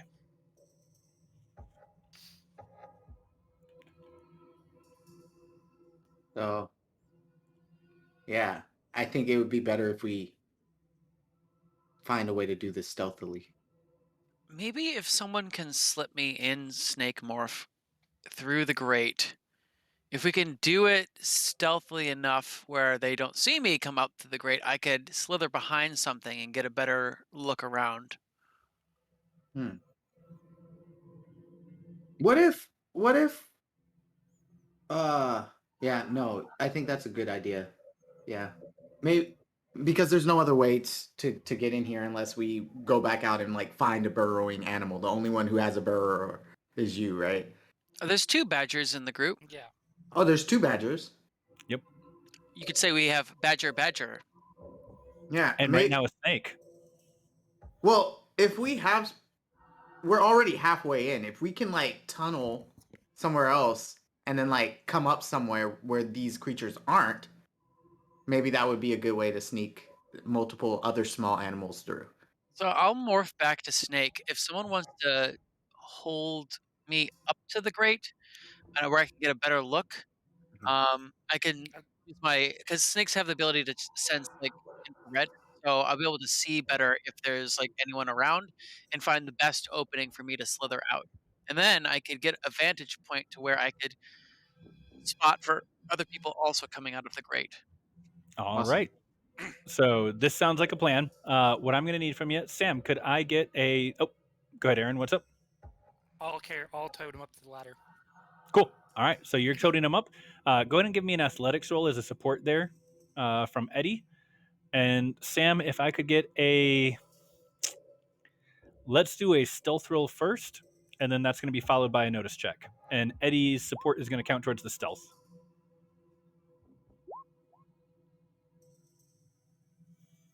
That stealth is going to be opposed, just so you guys know. All right, so that is a 7 total for the stealth. Sam, are you happy with that 7? Yes. All righty. And let's go ahead and oppose this with, who do I have set up as the most noticing here? Would that be the taxons? I think that is the taxons. Let's go with them. Horrible. I don't like them.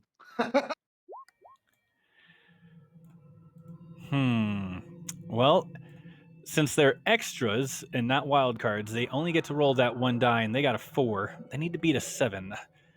Now, Kravuk gave me a bunch of bennies. And I mean, I think I just have to lean into the Cryax sense inside of me and go with that reroll there. There's that 9. I will take that. So, Sam, Derek pokes his head up very slowly, looks around. Now, you got a success with 2 raises on the notice check. So I will give you this. You're looking around, and about maybe 8 feet away from the sewage drain, you see a pair of bladed Hork-Bajir feet, some human feet, and some taxon little needle appendages. And it looks like your guess is they're talking to each other close by. The drain actually is being filtered into by some machinery. It looks like maybe it's some wastewater, maybe some heat reduction water that for cooling the machinery that's being poured down into the sewer. And you're actually relatively well hidden. What you don't notice, though, until the last second, is the other taxon that was coming up to address the group that almost steps on you, stops, and you can tell as it does kind of like a full body shiver, shake, sniffing noise that you think it's smelling something is off, even if it hasn't quite seen you yet. It can tell there's something in the factory that shouldn't be here, since taxons are very good at finding biological stuff. Shit, guys. I think the taxon notices us. We need to hide. We need to step away.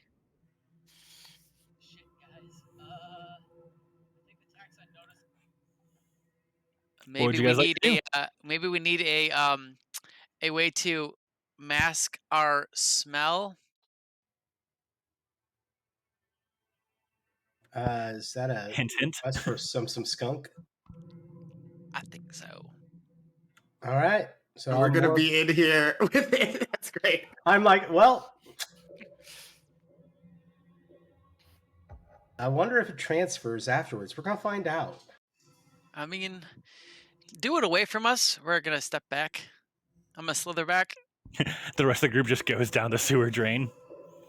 Up above, you can hear what sounds like a agitated taxon talking very quickly, and what sounds like the tick of their feet as it's like scuttling around, agitated.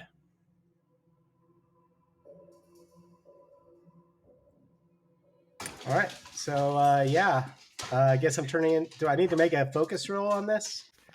I'd say this is a stressful situation. Sorry. All right. So here we go with the focus. Alrighty.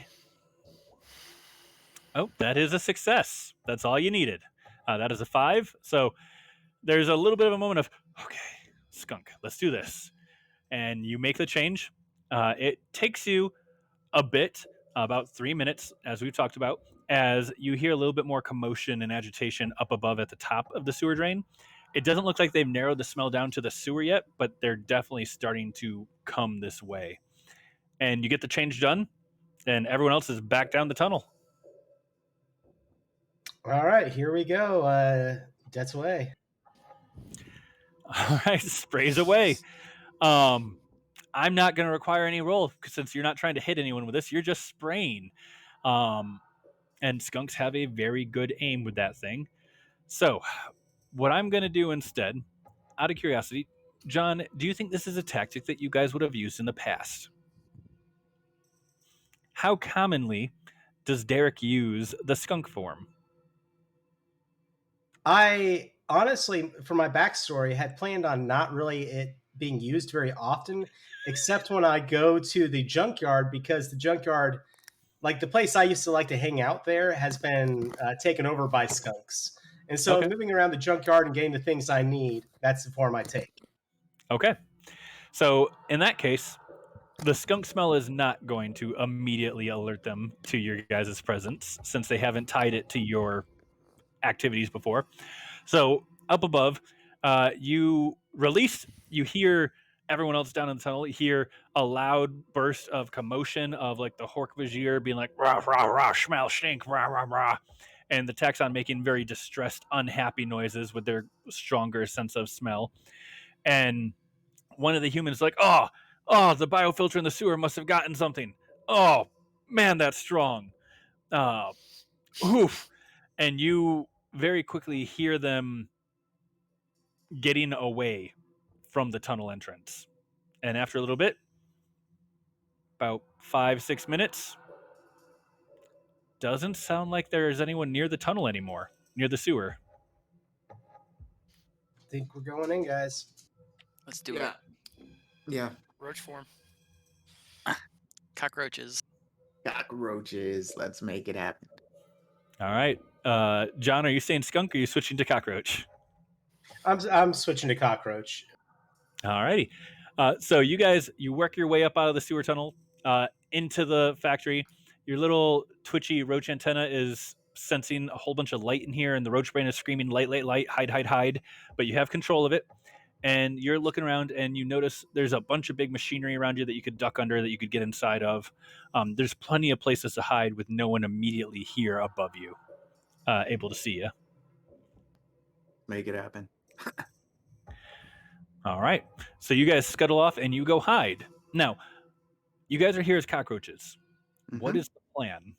The plan for me is to see if I can morph my eyes to something different. All right. So changing your cockroach eyes to human eyes. Mm-hmm. This is a stressful situation. I'm going to go for a focus roll for that one. All right, let's do it.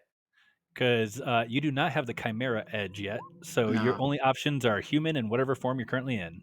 Yeah. But 5 is a success. You are able to change. God, that's a disturbing image. Your cockroach eyes to regular human eyes that just pop right out. And you probably look like one of those bobble-eyed goldfish. I'm forgetting their specific names, but the ones that have the big bubbly eyes that stick out, except a cockroach. And you're looking around, and what you're seeing is that there's no one in here. You seem to be on the main factory floor itself. You see conveyor belts and machines that are currently going through the process of cutting leather, stitching it into the shape of the shoe, and kind of following the process. You can track to where it looks like the electronics is actually put inside the shoe. It's the conveyor belt takes the shoes into a different closed off room, and then your guess is that's where the electronics go in. We'd share that with the group, obviously. I have an idea.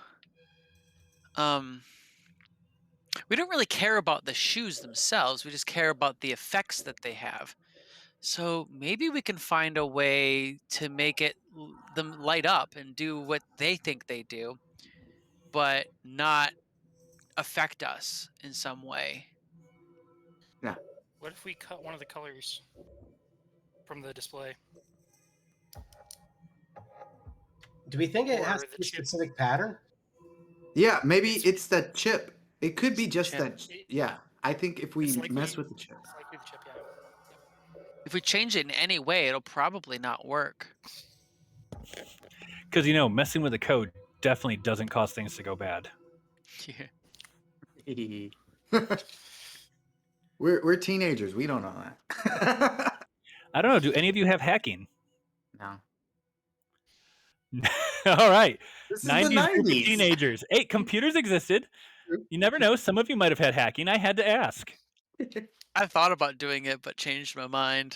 If only you guys had like an alien ally or something that could help you out. I mean, I can get good at hacking. Oh, you could. sense. Could you? Yeah, I have Jack of all trades as an edge, and it allows me to take any skill that I want. It takes 10 minutes, but I can do it. But I'm not sure exactly how the functionality of that works, because do I have to be like at the computer terminal for 10 minutes in order to figure it out? So what I'm going to say, I'm going to be nice to you guys. Jack of all trades lasts until you use it again. So I'm going to say the last time you had to use it was a hacking roll of some sort. So give me that Sparts roll, and let's see how high of a hacking skill you have.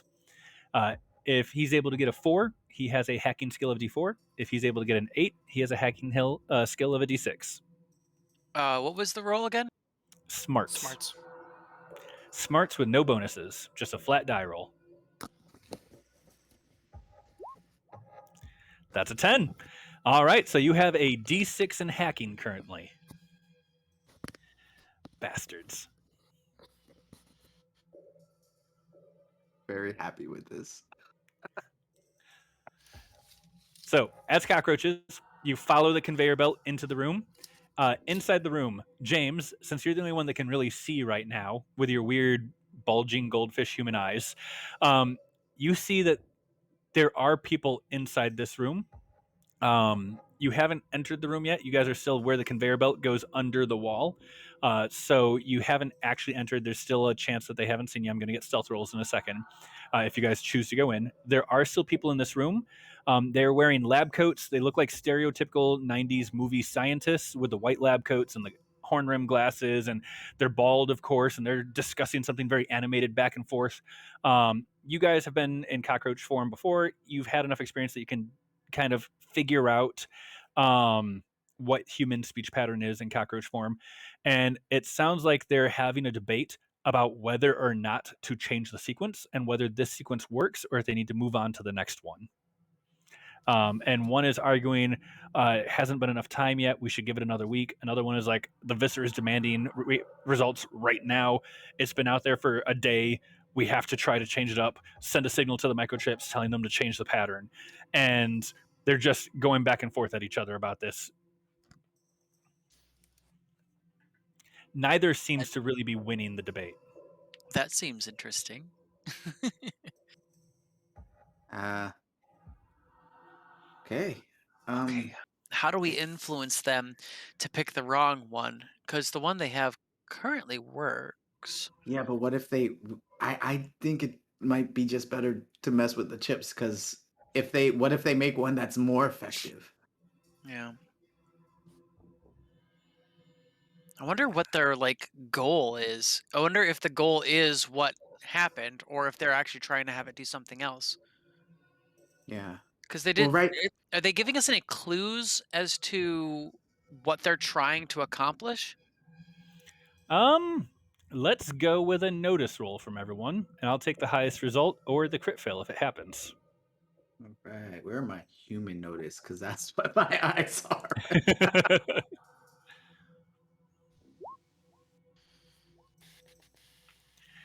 All right, that's a success with a raise for Daryl.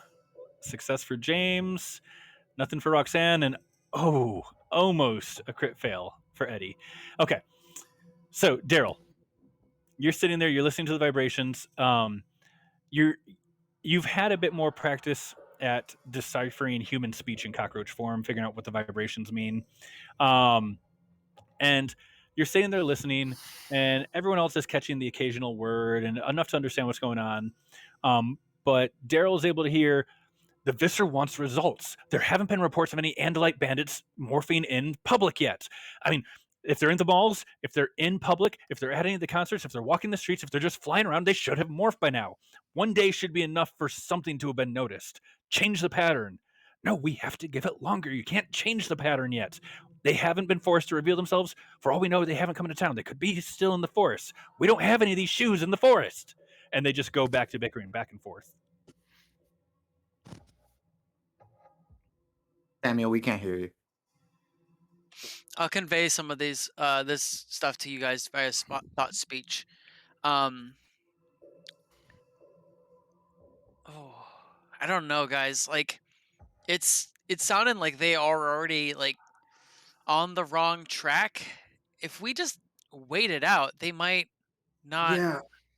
But what if they make a pattern that actually can knock colorblind animals too out? They don't know they're close. What if they get closer? That's my biggest fear. Well, I was They gonna say, almost killed one of us while we were just out flying. do we think that the lights matter? Like the color of the lights? Like, I mean, yeah, I think so because it works on our like I mean, it's really just a way for them to flush us out. so could Right. we like make the machine put the lights in the wrong order? And that way, no matter what pattern they're working with, it never matches up. Question is, I mean, I don't know if Daryl would say this, but like their quality control, like Yeah, noticing. that's fair. Your guys' experience is Visser 1's form of quality control is beheading people. Right. They don't have much for quality control. Cool. So then, yes, let's try it. Yeah. Yeah, I want to try to find a terminal and see if I can hack something. Maybe something a little more farther away. Yeah, can I see any place that might be a better place for Daryl to try that? All right, James had a success on the notice roll. So there are a couple of computer terminals that look a bit more high tech than what you guys are used to seeing with like Macintosh and stuff. But they're in this room with the scientists. And if you're going to use them, you're going to have to get the scientists out or disable them somehow. Oh, I think I have an idea. Give me a sec to flesh it out.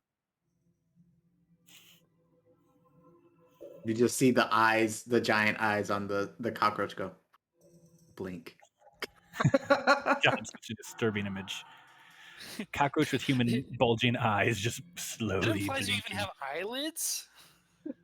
Oh, Which yeah. not Whatever you even have. do, They're just like skinned grapes, just. Okay, so I think we got like two options here. There we One, go, guys. We're living up to the Animorphs books of both fun and educational and horrific. Continue, um, Sam. yeah, so we can either do a similar thing because we've already done the stinky smell, which we know clears the room. We could do that again, or I mean, I have used the hacking skill once before now. Um, can I say I was using one of their like Yerk computers where it's done via mind link? So the Yerks don't normally have too much mind link stuff. It's usually you have to make physical contact and touch it, and then Yeah. you can mentally do stuff. Yeah, that's what I mean. That is what the how it works. So Yeah. I could do it in cockroach form pretty easily. Yes, and just hope the scientists don't notice. That is a good point. Okay. So we need a distraction. What are you guys where do thinking? they where do Our they store that machinery friend mercury might be able to stuff? help. Sorry, go ahead. No, what was that? Maybe we could make like further down the line a disturbance in the machinery, causing the scientists to have to go and check, Yeah. giving Daryl enough time to try to do the machine. Whatever it is, we don't want them to know we're here. So if it's a machine problem, Yeah. if it looks like just the machine is malfunctioning, maybe that would be better. And so sort of his cockroach body moves back to look at the cockroach that is Derek and goes, "Can you do that?" Well, yeah, I mean, I could probably just break something. I was also saying, like, where do they store like the mercury stuff?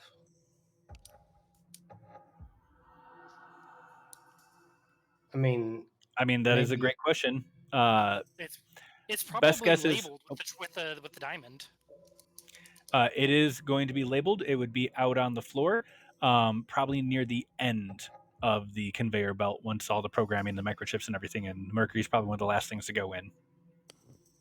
Can someone make it spill? I'm sure that could be done pretty easily. Yes, we can do that. It should probably it. I could probably help with the spillage there, just because I can transform pretty quickly. Yeah. We can have more than one person on it too. How Yeah. about one person watching out for me, and then two people on the Mercury. Sounds good. Sounds like we have a who's going to plan. go deal with it? Yeah, so who's going though? I'll go. Eddie, you want to go your cousin? Yeah, Actually, I'll back him up. would it be better to have Derek go because he has a little more knowledge on maybe how to disable it, or it might be that might be the move, I think. Fine.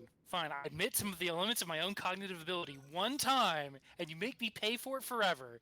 Go, Derek. Shoo. We're playing to your strengths. Jeez. Comes to shove, if they do catch Daryl trying to do something, we might need someone strong back here. You never know. There might just be like an angry mob of cockroaches that comes in on the newest leather shipment or something. That's right. Who can say?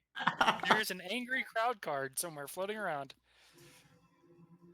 All right. All right. So what's the plan? Who's going where? Other room. I'm watching. Yeah.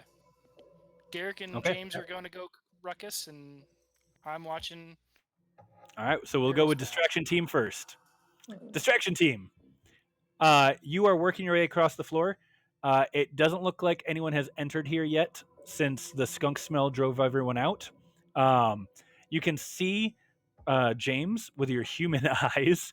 There is like a Overwatch balcony with some windows, and you can see people up there moving around with the occasional person stopping and looking down at the floor. Luckily, you guys are cockroaches. You're small enough. No one's going to be able to see you super easily. So I'm not going to require any stealth rolls. You guys make your way around to where you're pretty sure the mercury is being stored. You can find the towers, the chemical towers, pretty easily. You see the safety signs. You see the injection system where it actually injects the mercury into the shoes. And what's the plan? How you guys are going to mess with this? Well, I'm gonna follow the hose back to the tank. Start that. I probably have some experience, so I know that if I cut it too close to the machine, it probably has like some kind of safety valve to stop the leak. That's how it should work, yes.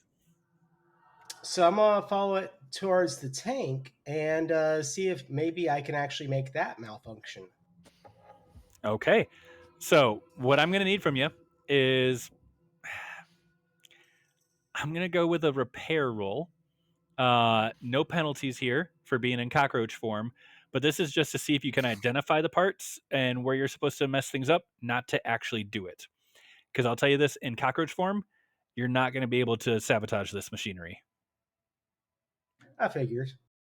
And since it looks like most people are distracted and not paying attention to us, I'll probably be like, "Hey, James, do you need to change your eyes back just in case someone comes around with their shoes?" Oh, yeah. I guess it's probably kind of weird. All right. And he's gonna focus Damn it, and try John. to get it. Bastard. Gonna focus and So, try to get like, it done. and I'm Okay, looking at let's this get that trying to focus figure it roll. out. And so repair for me. Okay, you're good. Oh, there we go. Oh, man. 19 on the repair roll. Oh, yeah. No, this works just like some of the fluid tanks that you've worked on to try to get the oil back into the machinery that you've done, like the farm machinery. It looks like a slightly more complicated version of the same type of valve system and tank system. Yeah, this will be no problem. You just got to twist that, loosen this nut over here. You got this, as long as you're not a cockroach. But what I'm going to do is I'm going to give you a +4 on the to break it roll when you're not in cockroach form. All right, so I guess I'll change back. And I'm trying to keep myself calm while I'm doing this. Is this going to be a repair roll again? I mean, I'm trying to break it, but it will be a repair roll to break. But what I need from you first is a stealth roll. All right. Because you're going to be a bit bigger than a cockroach, and there are people actively looking down. Now, this is going to be opposed, and keep in mind, I currently have 6 bennies to re-roll with. Are you happy with a 5? Oh, God, no. I am going to go ahead and spend a benny. Okay. Oh, man. That is a 4. So it does take the highest. You are still at a 5. Oh, boy.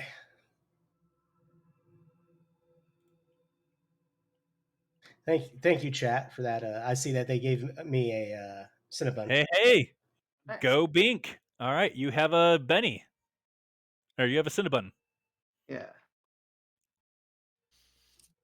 Can I do it one more time? You may. Here we go. All right, that's a 6. I guess I got that is an increase. You happy with that 6? I'm not happy with it at all, but I don't think I can do any better right now. All righty. If it helps, I am rolling a d6 against this. So they got a 1 because they are their group check and not wild cards. Yep, their group check, which chat they rolled a 17 for the group check, which unfortunately doesn't work in this situation because there's one guard looking down through the window. Yeah, you're good. You have passed your stealth check. Go ahead and give me that repair at a +4. So I'm staying calm, and I'm gonna make that repair check. So James, if Kurt Cobain fought Chris Cornell, who do you think would win? Yeah, that. The first one, because reasons. I have All no right. idea. I also have no Boys. idea, but James has no idea. Who do you right. think?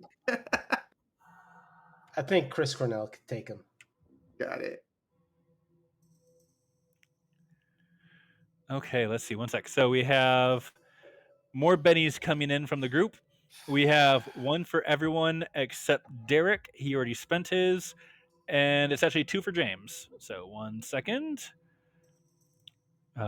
James, Sam, and Eddie. Deal 1. And 1 additional 1 to James. There we go. Thank you, chat, for helping out. Oh, wait, no. Don't thank you, chat, for helping out the team. You're supposed to give me those Cinnabons. Supposed to give me those bennies. Especially since John over here is rolling a 17 for the repair check to break this thing. So let's see. 17, that's a 4, an 8, a 12, a 16. That's a success with 3 raises. Yeah, you have this set to go perfectly. So on top of being able to break it, you're going to be able to break it with such skill that you can specify when you want it to break and how big of a distraction you want it to go. Is this just going to be a small stream, or is it going to be just a fire hydrant going off? Or I'm going to leave this up to you, John. So I'm even going to say you had enough time to break it there that you even can get back into morph and run off and scurry off and just have it set as a time bomb ready to go. Yeah, I would like to set it as a time bomb. Like at a certain point, it is going to just weaken and spray towards the loading docks. So as everything comes off the conveyor belt, it is pointing that way. So not only will they be dealing with this, but they'll be dealing with further down, having to clean it up or at least cordon that area off. Nice. All right. And we have 2 bennies for me. Thank you, chat. Thank you very much. So you are able to get changed. You are able to get it all set up. And what I'm going to do is, John, I'm just going to let you guys. I'm actually going to jump back over to the others. And then whenever you want your distraction to go off, you just tell me now. And that'll be when the distraction happens. Meanwhile, back in the room, there hasn't been too much. The scientists are getting a bit more heated. Their argument is getting a little bit more physical. One is now starting to shove the other. And they have moved on to talking about how much they don't want their heads chopped off or to get sucked out of the ear and chewed on, or all these different horrible fates that apparently Visser 1 loves to do to subordinates. And then they got distracted and they got into a chat of, well, let's see, he dismembered this person, he beheaded this person, he ate this person, and they just start going through all the different ways that he's killed subordinates. And that's around the time when you guys get the message from, okay, it's all set to go. The whole time I'm telling Daryl, like, I'm telling you, I could just turn into a buffalo and turn these dudes into fucking pudding snacks. Just pulverize them into mush. Don't do that. Around that time, Why the not? scientists They've are like, done that. oh, don't forget about the time he turned into that rock monster and just stepped on poor Epilin 6699 and squished him into mush. Oh, it sounds like we're good to go. Start the distraction, then I'll pop down. Cover me, but Eddie, we don't want them to know we're here. We don't want them to know, because then that will be proof that it's working. We need to do this under the table. You're no fun, Daryl. You're no fun. I have been told.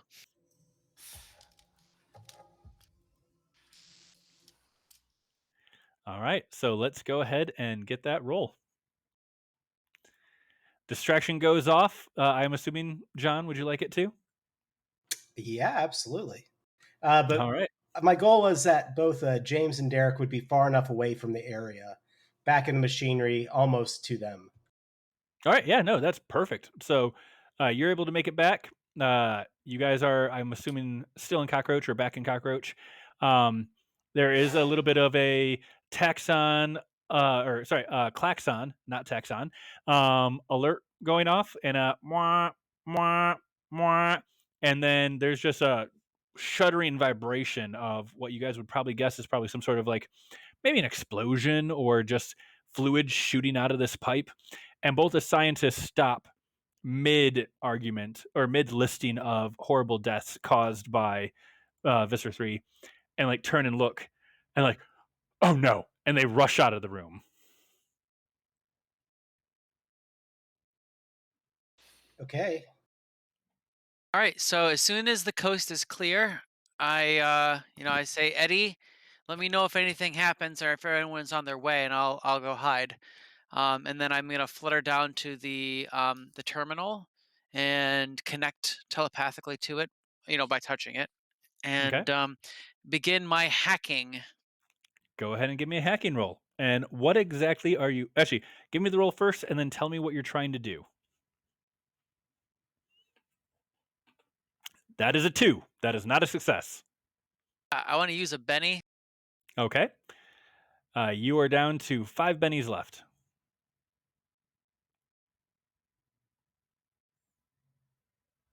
That's a 4. That's a success. I think that's as high as I can go because on a D6. Dice can explode in this system. Oh, that's right. Yeah, I'll use one more just in case. Okay. Come on, crit fail. Come on, crit fail. Not a crit fail. That's a 5. Still a success. Okay. Okay. So, what exactly you're trying to do with this? Okay. So, I want to hack it so that it not deletes, changes the code that they were using before to do a slightly different like light A pattern. slower sequence. Yeah, something that won't work, but doesn't look like it's changed at all. Okay. So, yeah, slower sequence or speed it up, or you're just trying to mess with the whatever it is that's triggering the change. Uh, you're pretty sure you've succeeded at it. You're not exactly sure if it's something that's going to be noticeable by like someone also doing an opposed hacking roll later on further down the line. But for now, you're pretty sure you've at least messed with the one that's working right now enough that it shouldn't affect you guys in the future. As soon as I'm done, I'm gonna flutter back up. Okay.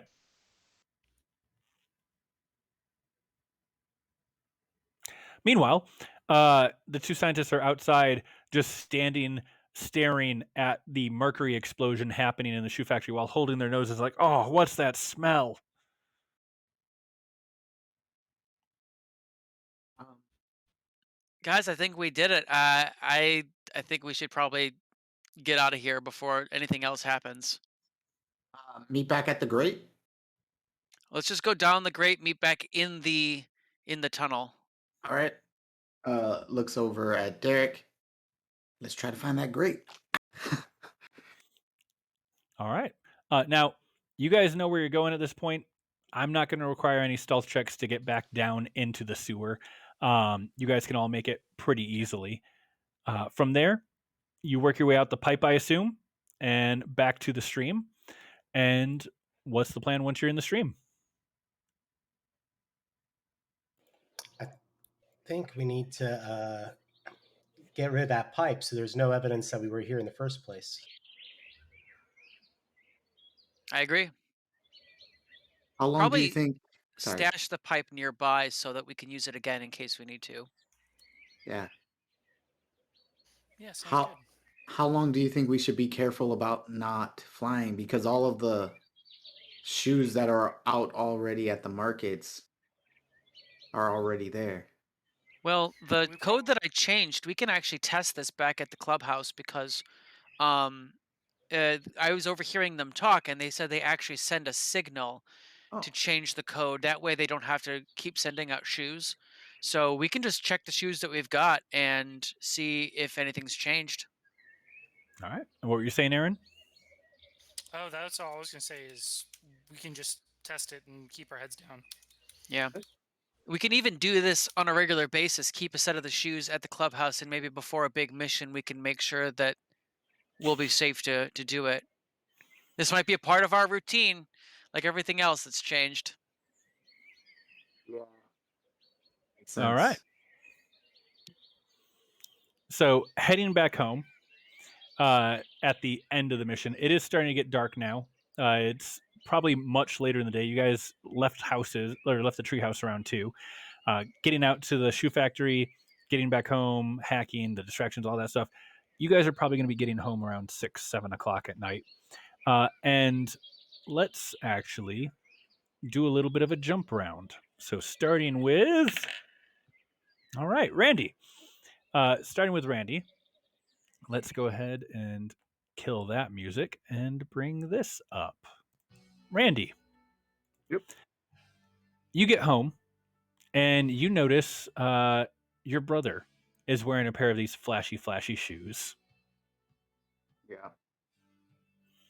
And he is holding what looks like a gift wrap present.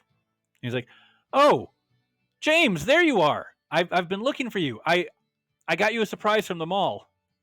Oh, did you? Awesome. What is it? "Well, it's for you." And he hands the box off. Did mom and dad help you buy this? "Nope, paid for it with my own money from mowing the lawns." Yeah. Opens the box, knowing what's inside, and he has to probably pretend like he's really excited and thankful, even though he's not. It is a shoebox with some of those brand new flashy shoes that everyone is going gaga for right now. Oh, this is awesome! Thanks. Can I get a performance check for that, please? For sure, because he would be trying to pretend very hard. This is about to be hopefully. Well, no, I'm gonna stop talking before. Don't you already have a pair too? No, I don't. I didn't buy them, when everybody else did. But I have a 5. That is a success, but this is opposed. Oh, right. I'm gonna re-roll that then. I'm gonna use a Benny. All right, and I will also give you this. That's a 14. He's probably not gonna beat that, but you do know, since you specifically made your brother hindrance. Yeah. He is a wild card. Right. Yeah.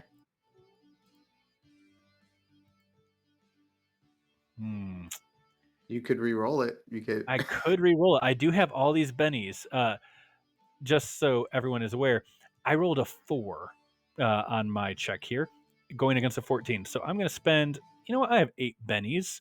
And he is a wild card, so he has his own bennies. I'm going to just burn 1, 2. Oop, that's an 8. There's his 3 bennies. Now we're getting into my 8. 4, 10. Getting closer. 5, 6, 7, and 8.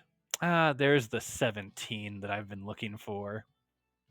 So he's staring super intently at James, as James is actually putting on a really good performance about being surprised. And he's like, "Oh man, you knew it was going to be the flashy shoes. How'd you know?" Everybody's got them. All my friends got them. I've been trying to hold out for a while. I mean, I just kind of figured, I didn't want you to feel bad about it. And he gives you a bit of a probing look. "I'll get you. It'll be a surprise next time. I'm going to surprise you. You'll see." And then he turns and stalks off. James, for a moment, probably saw like a glimpse of his little brother, like the excitement and the sort of the downtrodden look on him, and he just kind of really gets down, having seen that, and sort of like stalks off to his room. Fair. Jumping over to John. Derek, getting home. Where you been? Out. Just I didn't know you were gonna be home. I thought you were pulling a double tonight. Was supposed to, but someone got sick. Doctors are thinking it's mercury poisoning. Geez, that sounds horrible. What does it do? Apparently it makes you really sick, throw up, vomit, hair can fall out, different stuff. Depends how bad you get it. What are you thinking for tonight? Taco salad sound okay? Sounds great. Yeah. I think I might have a bag of Doritos or something in the fridge. Wait, no, that wouldn't be in the fridge. That'd be in the pantry. Check the closet. And Oh, yeah, tell me, John, does Derek have any brothers or sisters? no, hadn't planned on that. Just All right. only child. Only child. All right. And yeah, Derek is going to potentially settle in to help make some taco salad, apparently. Is there anything that Derek would like to do or say tonight? Keep an eye open for? Not really. I mean, for the most part, this is the simple part. Hopefully, yeah. Good to know that apparently the music has not been carrying over to chat, so we'll have to keep tweaking that. In the meantime, let's jump on over to following it around. Eddie, Yeah. you get home. Mom is in the kitchen working on dinner. You're late. Were you at practice again? Wait, no, it's Saturday. You wouldn't have practice today. Where have you been? No days off, Mom. The field does not allow for days off. Well, it should be allowing you some time for your homework. Please tell me you got caught up in your class. I did my biology homework. So that's it. We're halfway there. Algebra, not so great. Is the tutoring session that you're having with your cousin helping? Yeah, James has a big brain. I sure wish I could scoop a little off and put it in here, but what are you gonna do? Yeah, what are you going to do? All right, well, go get washed up. Get the... Those aren't grass stains. Is that mud on your pants? Yeah. Haven't you ever like there's that creek out in the woods? You ever done any of this sort of like resistance, like high knees and stuff? Coach recommended it. I don't know. Well, if it's something Coach recommends, okay, go get washed up and get back down here for dinner. It'll be ready in a minute. All right. Thanks, Mom. All right. And is there anything that Eddie would like to do that night? I think Eddie's gonna be like juggling the ball. That's what she does. Okay. And Daryl. Getting back home. It's a dark inside the house. There's a note in the kitchen. Had to work late. Order some pizza. Love you, Mom. There's a can of Coke on the kitchen counter with a couple of bills underneath of it. Yeah, it's normal. All right. I'm gonna check my alarm systems, give Bartholomew a pet, order a pizza, and yeah, start reading books. All right. And Bartholomew is very, very happy. Big old doofy doggy grin Mm-hmm. as he kind of flumps across your legs as you're laying there reading. And we're going to kind of fast forward time. I assume that you guys keep testing the shoes every day or so, checking them out, testing them out. It takes about a week. But after about a week, they stop affecting you guys. And from then on, every single time you test them, no effect. Because, if there's one thing the Yerks aren't, it's persistent or good at following something that works. Or, they definitely don't reuse tactics ever. So after about a month, you're pretty sure you have this beat. But Randy, I believe as James is finishing up his hidden journal entry about the adventures, could we get one last goodbye from James about how this session ends? Yeah. So after finishing this, it's been about a month, and it seems like all is well. I mean, as well as it probably can be. My little brother stopped wearing his shoes after a while. He said they weren't as cool anymore, but I guess that's just what the yerk in his head is making him say. We will find a way to save you. It's just not that day yet. Period. All right. And this is where we kind of slowly fade to black, focusing in on that period, and we'd roll credits. So, guys, thank you for playing Therianthropes with me. I hope you had fun. Absolutely. Chat, thank you for joining us. And I'm going to officially turn the show back over to John now. John, this is your channel. Take it away. All right. Well, everyone, thank you so much for coming out for Seriously Let's Play. I'm going to go ahead and be sure to say that on Monday we have X-Crawl, Rise of the Lucky Strikes. Will be continuing out until the end of December. But at that point in January, we have our new season starting. We really don't have any other shows that are going to be lining up except for Seriously Let's Play, which will be back in December again with Ted for Vaesen, the Nordic game of horror. And then we will have a special Christmas stream for Kids on Bikes, where our kids from Halloween are getting back together and amazingly going to the mall, because that looks like that's a thing you do in role-playing games, right?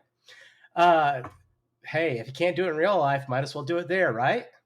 So, that said, guys, thank y'all so much for tuning in, and be sure to go check out our Discord. We have a great community there. Be sure to check it out, because we pull from our community in order to have this show. A lot of people that we find not outside of it are just general members. You could be an actual play cast member. So, other than that, I think it's a good time to say good night. Stay safe out there. All right? See y'all later. Bye.